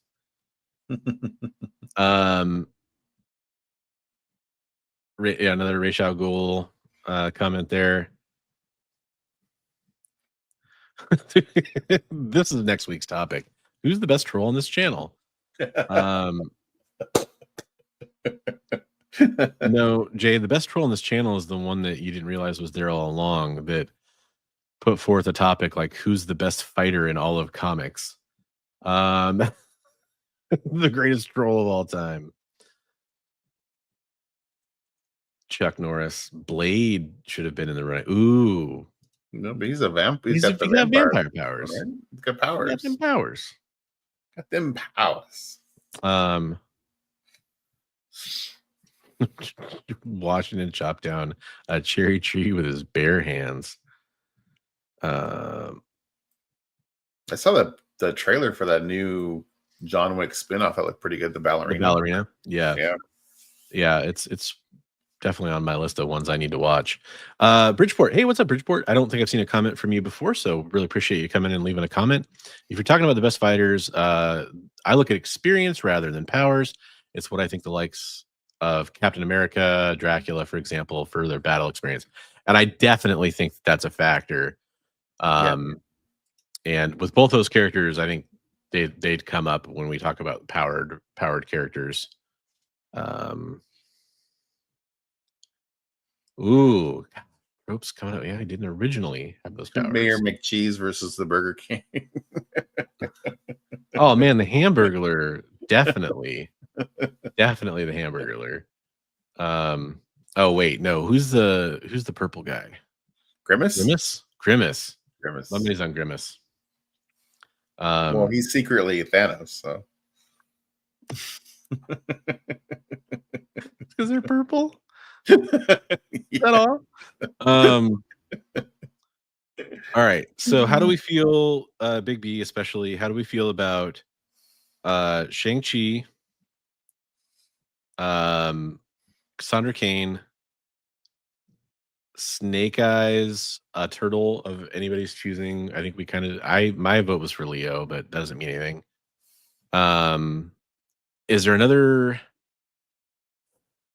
indie character that got brought up that really hangs for all-time greats? I'm down with those. Those are good. I feel like somebody brought up one indie character that I hadn't thought of that was like pretty. Oh, and Conan. Guru the Wanderer. Badger. Guru? There has to be somebody else from like, Ninjak was one that got brought up. Grendel. Oh, gosh, didn't even think about that one. That's a good one.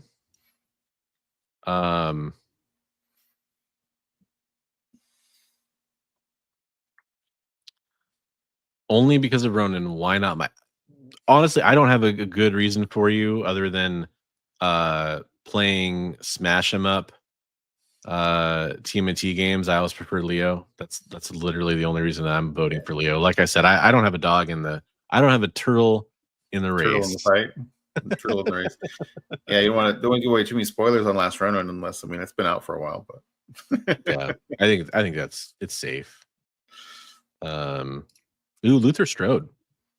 Oh, there you go. If you have to qualify Cap for the serum, don't you have to disqualify Turtles for the ooze? Ooh.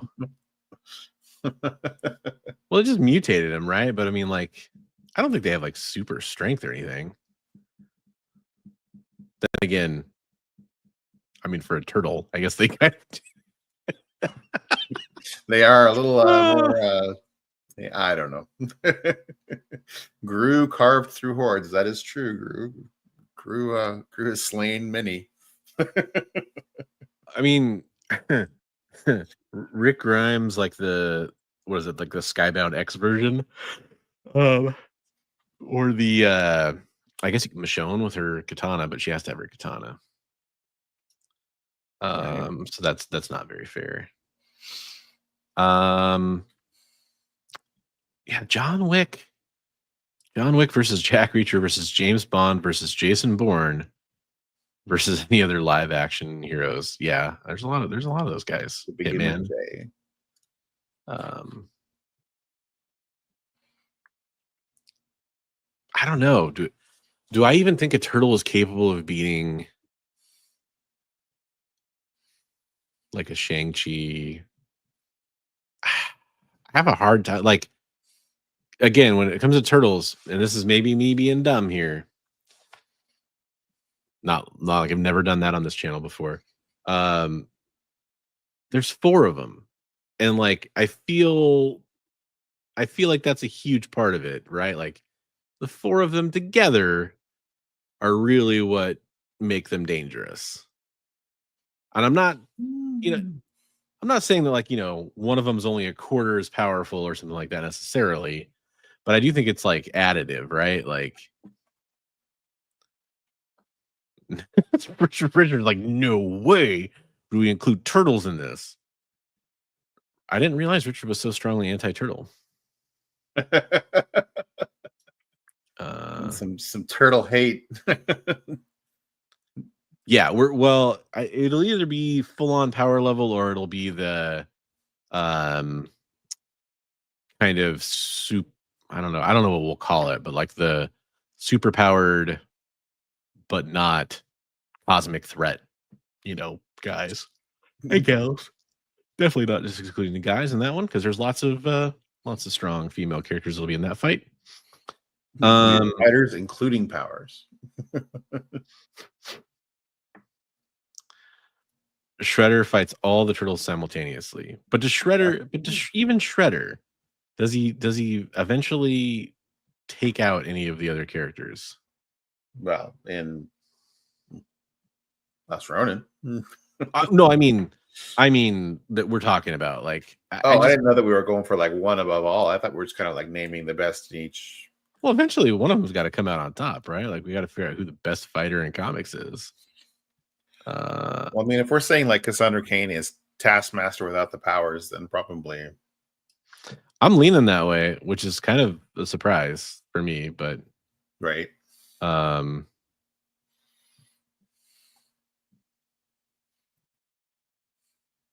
Adolescent radioactive black belt hamsters. That's right. Clint all the way. Let's go, Clint. Oh my God. You're trying, Derek, you're trying to take the title of best troll.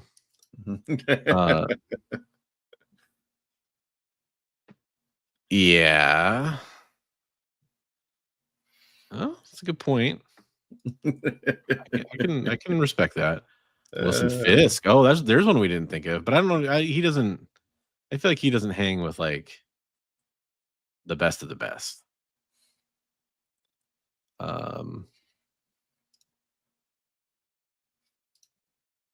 Well, I know what you're saying on one level, but like strike for strike, like if she's agile enough to avoid strikes and yet fast enough to deliver strikes, I think it kind of can come out on top. There is that agility thing. Yeah. Conan, since I said it, the second is Shang-Chi. The Snake Eyes, we'd mentioned Snake Eyes a couple times. I have a hard time placing him against characters, but I don't see him beating Shang-Chi. Like that's the fight in my head where I'm like, if unless they both had weapons or whatever, you take away all of Snake Eyes' weapons, I don't see him beating Shang-Chi.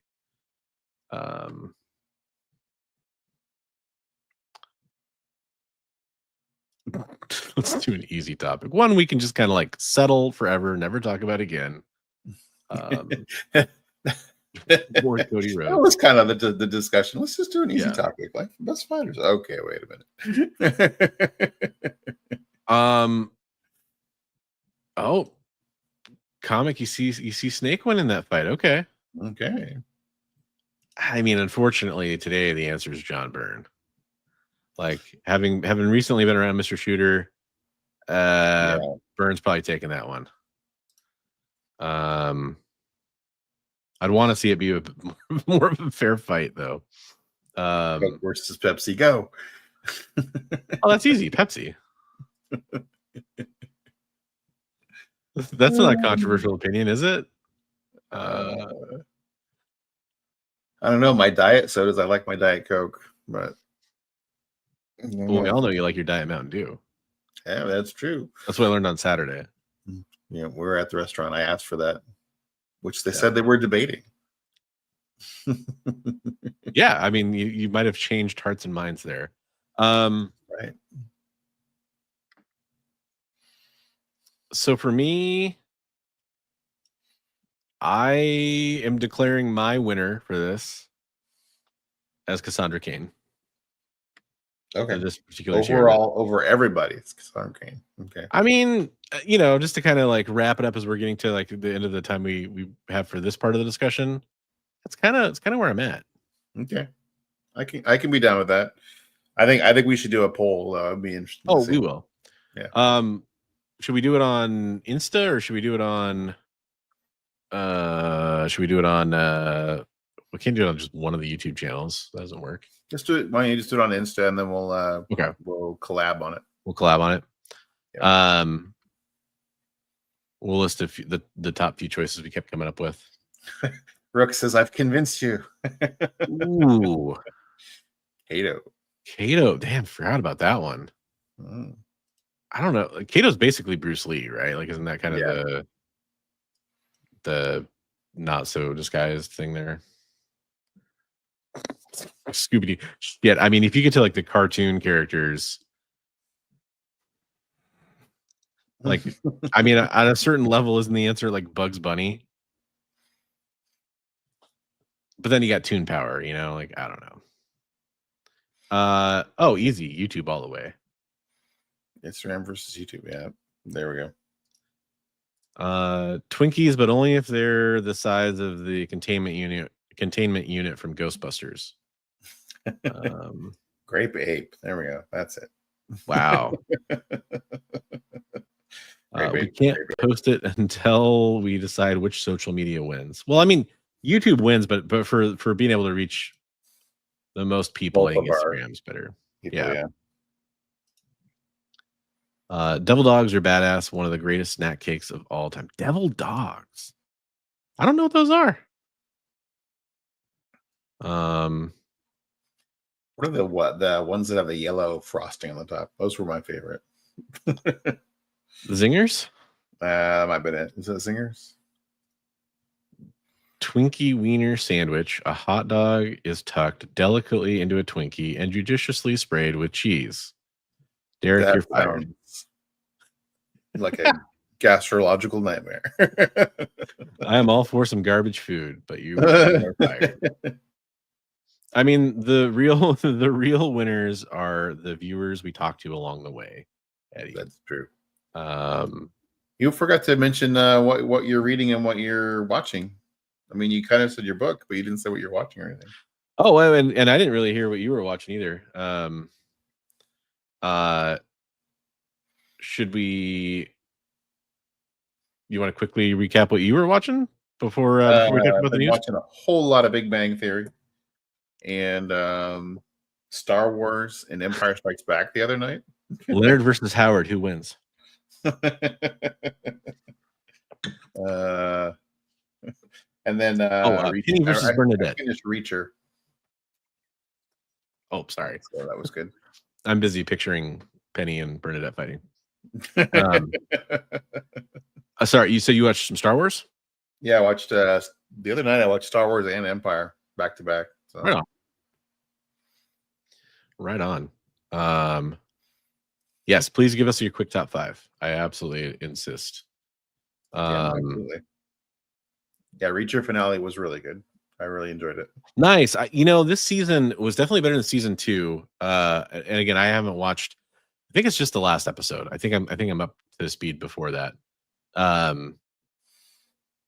But man, season 1 is still better than both of these seasons so far. I don't know if that's just the story that it's based on, the novel that it's based on, because I haven't read any of the Reacher books yet. Or if it was just like the chemistry of the cast that was brought around to tell that story with. I kind of feel like it was the writing for Reacher himself that was better. But this season's giving me hope. I'm going to keep watching it. At one point in season 2, I was like, man, I might just quit watching this show, which sucked. I really liked the first one. I like season 2 was more of an ensemble cast kind of thing. You're trying to learn more about the history of the unit and stuff.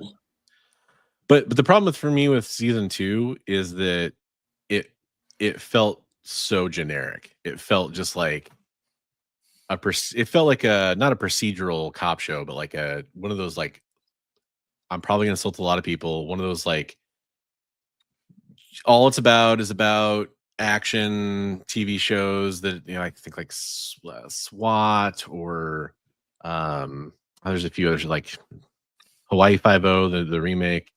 They didn't really feel like it had the same intelligence that season 1 had in the scenarios that were, and how Reacher got out of them or navigated them. And there's more of that in season 3. Gotcha. That's my opinion anyway. Let's see. I finished Severance, which I know you're still working your way through. Oh, right? No, I finished that too. Oh, you finished that? Okay. Yeah, I forgot that. Yep. That was really good. There's more coming, right? Or is that the end of it? Season 3 is greenlit. It will probably be not as long of a wait as it was between season 1 and season 2, which was about 2.5 years, I believe. Which is kind of long. His work is done. That's awesome. I may reach the topic. My job here is done. I'm trying to think if there's any other good. I mean, the books. Most of what I did. I'm watching The Righteous Gemstones, trying to get another comedy in there. All right, have a good night, Chad. Daredevil too. Yeah. Oh yeah, Daredevil. Yeah. So I did. Watch the 2 they dropped. Let's talk about that real quickly. So I really don't think this is a spoiler for Daredevil, and we're not going to go into specifics about the episode. I'm how I want to phrase this. There's an episode of Daredevil that is basically self-contained, for more or less. So what the first episode from last week? Yeah. So like kind of a, some people would call it a bottle episode. Some people would call it, like a just a one-off episode. I've seen people complain about that episode online. Again, shock. People are complaining about things on the internet. But I also have seen people defend it, and I'm kind of with the people that defend it, where it's like, that's a freaking comic book right there. That was the one that I was talking about when I was telling you that I felt like because they started filming 2 different shows, right? They filmed a bunch and then they canceled, and then when I feel like that is recycled material from we filmed this, because it has a totally different feel. It has like a lighthearted feel where Daredevil's kind of jovially talking about coming over to someone's house and going to dinner with them and everyone, and it's trying to tie in with a lot more of the other MCU stuff. And I just felt like it was disjointed, and that they kind of plugged a few pieces in there to make it fit. Okay. Yeah, for me, it's more of just that it felt like that a self-contained story featuring the character, and this is where I'll be as vague as I possibly can, but there were also references and things to a larger world that it takes place in. Yeah. And that to me very much felt like, well, we're trying to be very loosey-goosey here to not give spoilers, but it's the episode The first episode dropped this last week, yeah, which was what, because they did 2 5, I think 5, 6 dropped, I want to say. So I think it was episode 5, but I could be off on that. Yeah, I think it's episode 5. But I just felt like it was good, but it didn't feel like we were at that same point in Matt Murdock's life that we've been watching in the other episodes. It felt like it was just like, hey, here's an episode of Daredevil that is Matt Murdock at some other point in his life. I see what you're saying. Yeah. I will say though, like the whole plot in the episode does seem to tie into the larger story of the season. So I think that it does have some connection there that's going to come back. I felt like they tweaked it to make it tie in, but a lot of the stuff was just very like, I feel like they added some ultra violence in there at the very end that they maybe wasn't in there originally, because he had all this very like Scooby-Doo-ish kind of stuff going on there almost. Well, and I will say this. I mentioned this to Chris when we talked about Daredevil a little bit. I'm okay with there being a strong courtroom storyline. I'm okay with there being a strong, personal demons that Daredevil has to face. I think those are parts of what make Daredevil, especially the Netflix Daredevil show and the continuation of that this is. At the same time, it feels like a little too little Daredevil in the Daredevil TV show. Right. And I think I would have given it a lot of leash that, but at this point it's like, well, there's not a whole lot left really. And I don't want the whole end of the show to just be that either. I want there to be some balance, of course. I would say the last episode was great. Yeah. So. It was good too. It was good. I've enjoyed the season. I do think that maybe I enjoyed the Netflix stuff slightly more so far. I think it's kind of where I'd have to land on that, but I mean, it's not over yet. Kind of a weird feel on that episode. It was just like, yeah, that's understandable. It doesn't quite feel like it fits, but it's good. Yeah. Oh, some interesting theories here. Okay. Yeah, that might be better for some people. This is kind of one of those shows. There's a few shows that have come out recently. This is Jay back there, by the way, saying that. It gets confusing. I mean, I could probably just highlight that one, makes it a little bit easier to tell. There's been a few shows that have come out that have made me question the dropping everything episode at once versus trickling them out. And Daredevil has done even like kind of a different version of that, where it's like some weeks you get 2, some weeks you get 1. Right. Like Invincible kind of did that a little bit this season too, I think. Yeah. And a few shows have done that, and it's always interesting to me because it's like, it's weird. Do they think one episode's weaker? Do they like, what makes them do that? Right.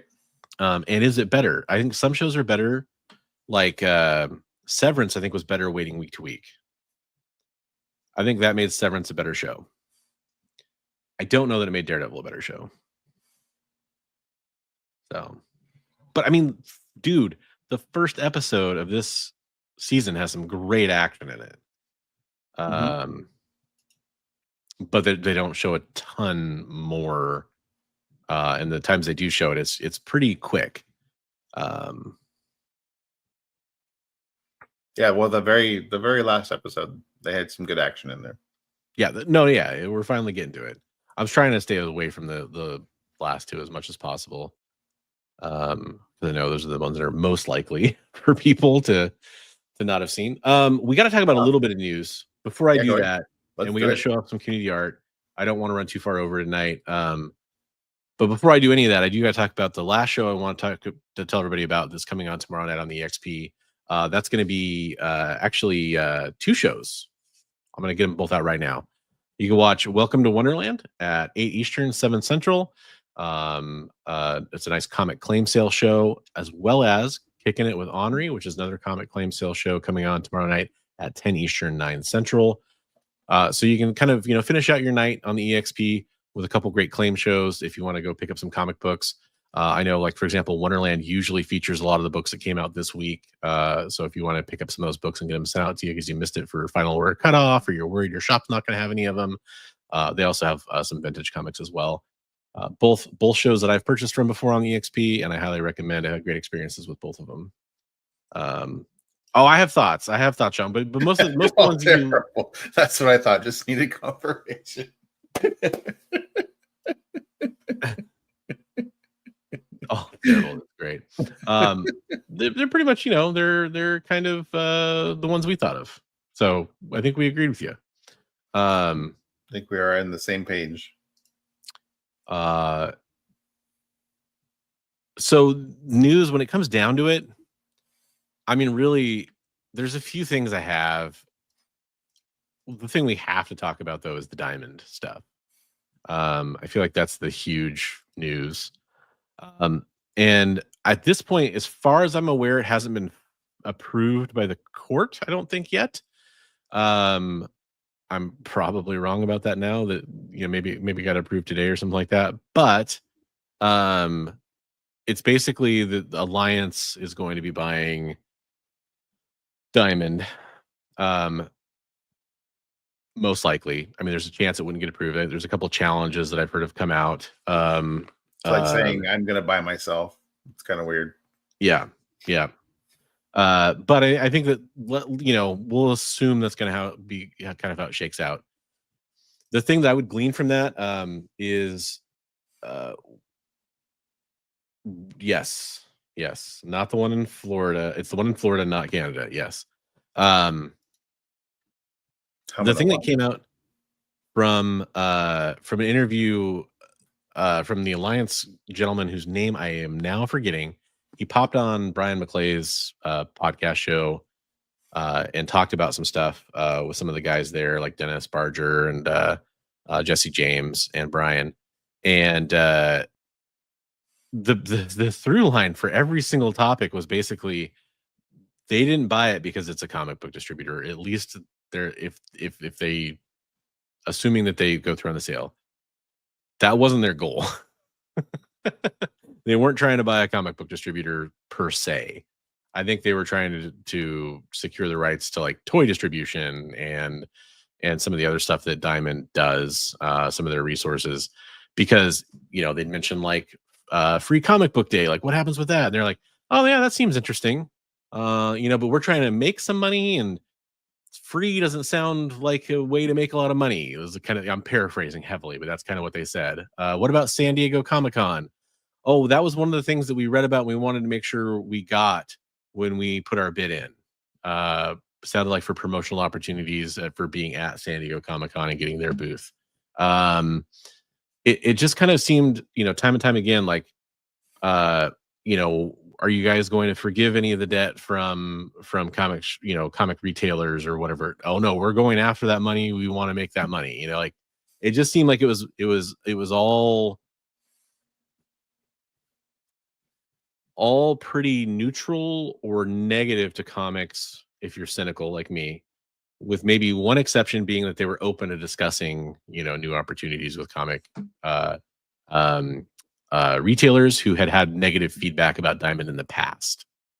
So it did sound like they, at least that's what you say if you buy a company too. So I'm throwing that out there. But I heard, a little bit of like, hey, when we went out and talked to some comics retailers, we did hear that there were some bad experiences, and we're going to be looking into those things. I'll believe it when I see it, if they make any positive changes there, but that's sort of what I came away with. None of it seemed like we bought Diamond because we want to make Diamond the best comic book distributor out there in the world. Like that's definitely not what I was hearing.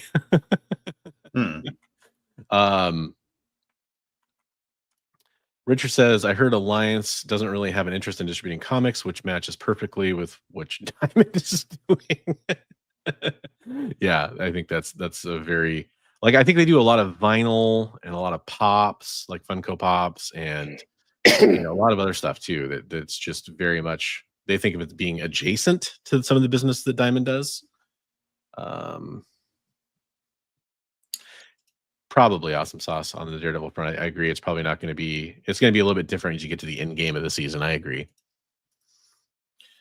So yeah, I had misread that. I was thinking it was the alliance that was affiliated with Diamond. So it's a different alliance.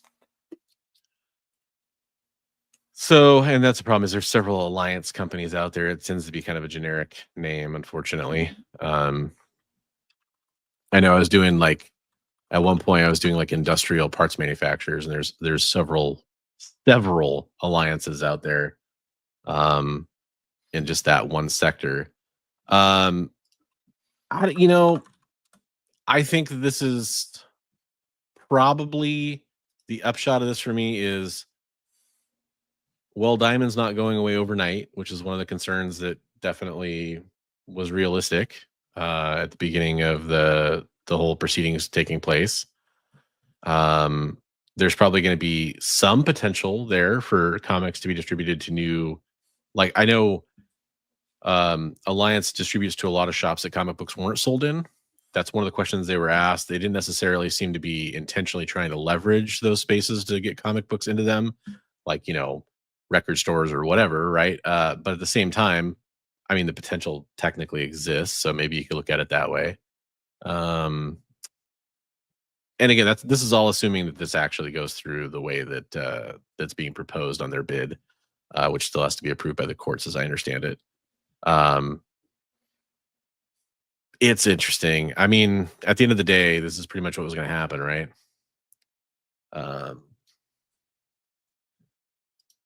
Valiant is going to miss Free Comic Book Day, but they, Alien, have partnered with IDW. Okay. There you go.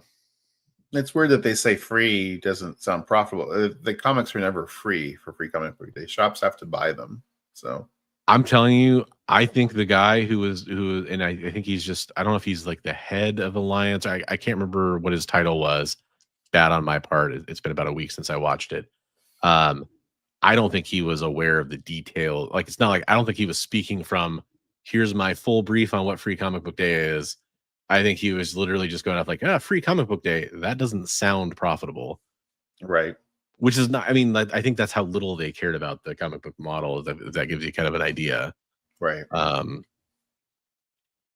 highly recommend watching that interview, by the way, so you can kind of form your own opinions from, instead of my half remembered crap that I'm giving you from it.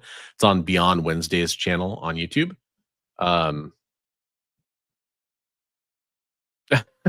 CPCS should have bought Diamond because they're perfect at not giving customers their comics. Ouch. Richard just went scorched earth. Bazinga. Bazinga. You have been watching a lot of Big Bang Theory. Yeah. I kind of defer a lot of this to you, Brian, is because you have a background as being on the retailer side. You had bad experiences with Diamond. How do you think you'd feel about this if you were still a retailer?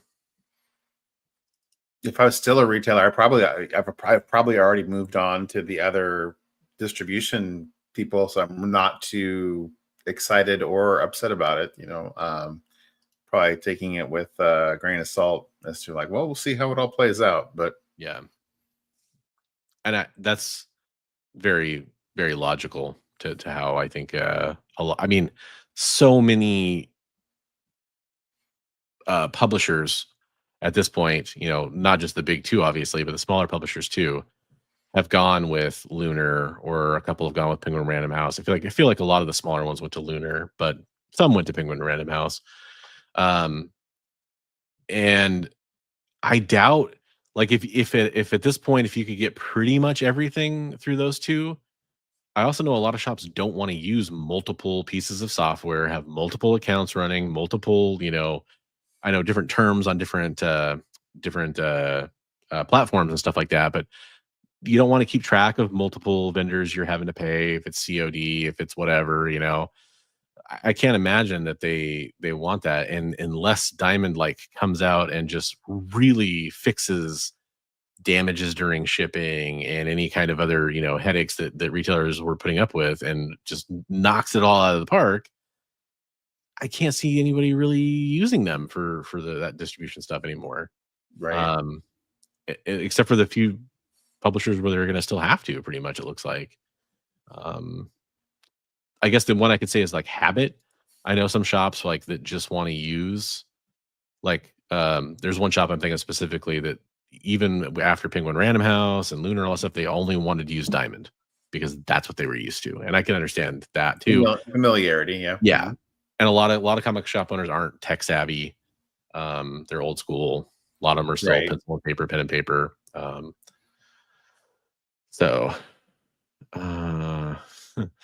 Because Sean says my cousin was wanting to send off favorite Nightwing cover he has to CGC it. Told him to avoid it at all costs and just get a comic capsule, which comic capsule actually has had a problem recently too. I think they've come out with a new version, but I just get an archival bag and board at this point, man. Like, or put a couple thick boards in or 60-point boards. Yeah, top loaders. There's lots of ways to do it. We have to go over comic community art because we didn't do it last week with the comic claim sale. I want to make sure we get to this. CJ Design sent in this lovely Supergirl drawing. I'm going to zoom in a little bit just because there's a lot of white space there. You guys can see it a little bit better. That's awesome. Yeah, I really love the shading on this. Nice job, CJ. I think I actually have 2 in here from CJ because he sent a lot of stuff off. We're making an exception because we did miss a week of showing artwork. So we have this piece as well, kind of this Muscle Beach Party, it says right there. Very much the ad on the back of the comic book. Yeah, I let to both of your points, I let my CGC membership expire and I did not renew it. It actually literally just expired, I think, yesterday. I love the anatomy on this. Really good job, CJ. Yeah. Actually, on both, the anatomy is really good, to be honest with you. Like, I can tell there's being some effort being put to that. Nice work. Very nice. Elliot Wright coming in with this, I'm assuming Dracula. It looks like Dracula. Axe Drac, if you're still in here, let us know. Is that you? Is that you, buddy? You look a little different there, but I've seen you through YouTube. He's a little upset there. That's all. Nah, but in all reality, Elliot Wright, which is LSXT Boy, I believe, on Instagram. Yep. Go check out his artwork. Fantastic job there. Also love the shading on this too. While we're talking about shading, nicely done. This is from Headless Hammerhead. Wow, love it. Apologies for the volume slider there. He sent me the screenshot, so that's on there.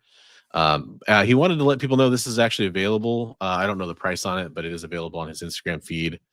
So definitely go search him out if you're interested in that. But good job on that. Yeah, it's awesome. Yeah, I love that he often, if he does a sketch cover, he does something on the back too, which I think is cool. Very nice. Very cool. I'm getting a little Aphrodite 9 kind of angles there. Yeah, thank you. And then this was Rich, who was in here earlier and came in and left a comment, but he had to hop off.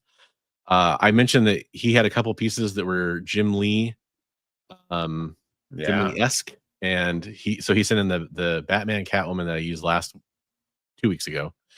And then this was the other one. He's like, he loves Jim Lee drawing Wolverine. I think this is a really cool Wolverine. That's great. Yeah, I really like that. So congrats. Really good. Good job. Yeah, all our artists, you did a smashing excellent job. Keep up the good work.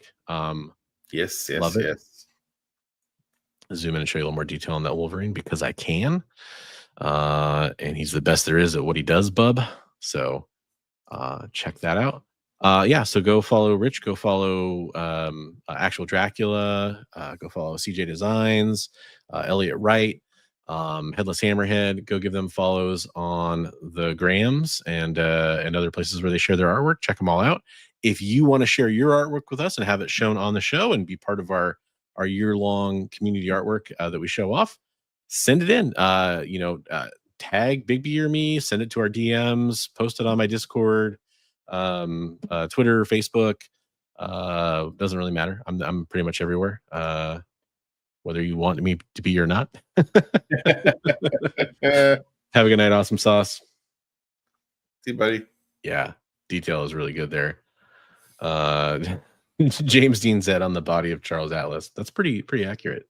Yes, heavy metal fembot. That's very accurate. Yeah, to what that one was. But what he does isn't very nice, bub. So I think that's kind of what we had for the show. I mean, there were a few other smaller news article type things, but not enough to keep us super late on the show. I don't think nothing super important, and stuff we can always talk about next week, where we'll have another wonderful topic. I will throw this out there. We always want to hear what you guys want to talk about. So if you have any topics you want to suggest to us, like the one we talked about tonight, or a different kind of thing, like a creator or a comic book storyline you want us to break down, or like our favorite X-Men stories, or whatever it is, right? Just throw it at us. We'd love to talk about it. And you got anything coming up this week, Big B, that you need to plug? Anything that we need to make sure everybody goes and checks out? Nothing. So I'm teamed up with Future Past Collectibles. They're going to be doing a Whatnot claim sale on Wednesday at 2:30 Pacific time. All variant covers and virgin variants, all kinds of limited to 400, 500, 100 exclusives, that kind of stuff. So make sure to check it out on Wednesday on Whatnot at about 2:30. That's Future Past Collectibles, right? Yep, Future Past Collectibles. Cool. Definitely go check that out. I dropped my latest top 5 not to buy, came out this morning. So after this stream's over, which will be in just a second here, you can go watch that if you want to. And gonna probably have some time to record something else this week. Hoping it comes out. I don't know how long it'll take to edit. But yeah, stay tuned. I'm starting to make more videos. More of them are coming out. Have some ideas I want to kind of talk about. How about any 2 comic characters you'd like to see in a cross? Oh, that's a cool one. Cool.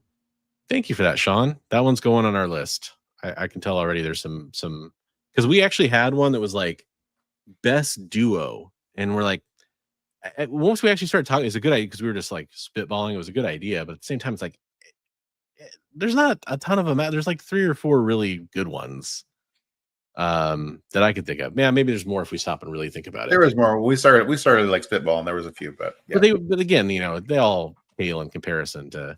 Obviously, it's Ren and Stimpy. Yeah, and Beavis and Butthead. Yeah. But Sean, I love that suggestion. That could kind of take that slot too. Yeah, that's a good one. Well, with that said, crossover. Yeah, and it kind of goes along with some of those books that I got from you from winning your channel membership award with some of those like the Gen 13 Spider-Man crossover, that kind of stuff, or the like Pit Hulk, that kind of thing. Yeah. All in distribution. It's also April Fool's. Yeah, exactly. Well, be careful out there. Watch, the news you share that you're immediately gonna send out to your friends and your loved ones might be pulling a trick on you. I remember when the internet used to be fun on April Fool's Day, and there used to be like actually websites would load upside down or weird junk like that. Now it's just fake news releases. Another day of massive misinformation. Yeah. Like fake product launches. All right, everyone. Have a great night. We'll be around. Spider-Man movie title and release date just got announced just before April Fool's Day. Oh, interesting, Veronica. The new Tom Holland Spider film, or what I'll have to go look that up now. Okay, well, yeah, we'll go check it out. Anyways, have a great week, and we'll see you next week. Same place, same time, same hosts.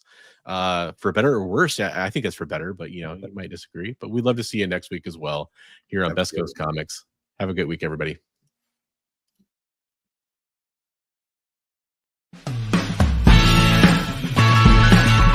Join the party.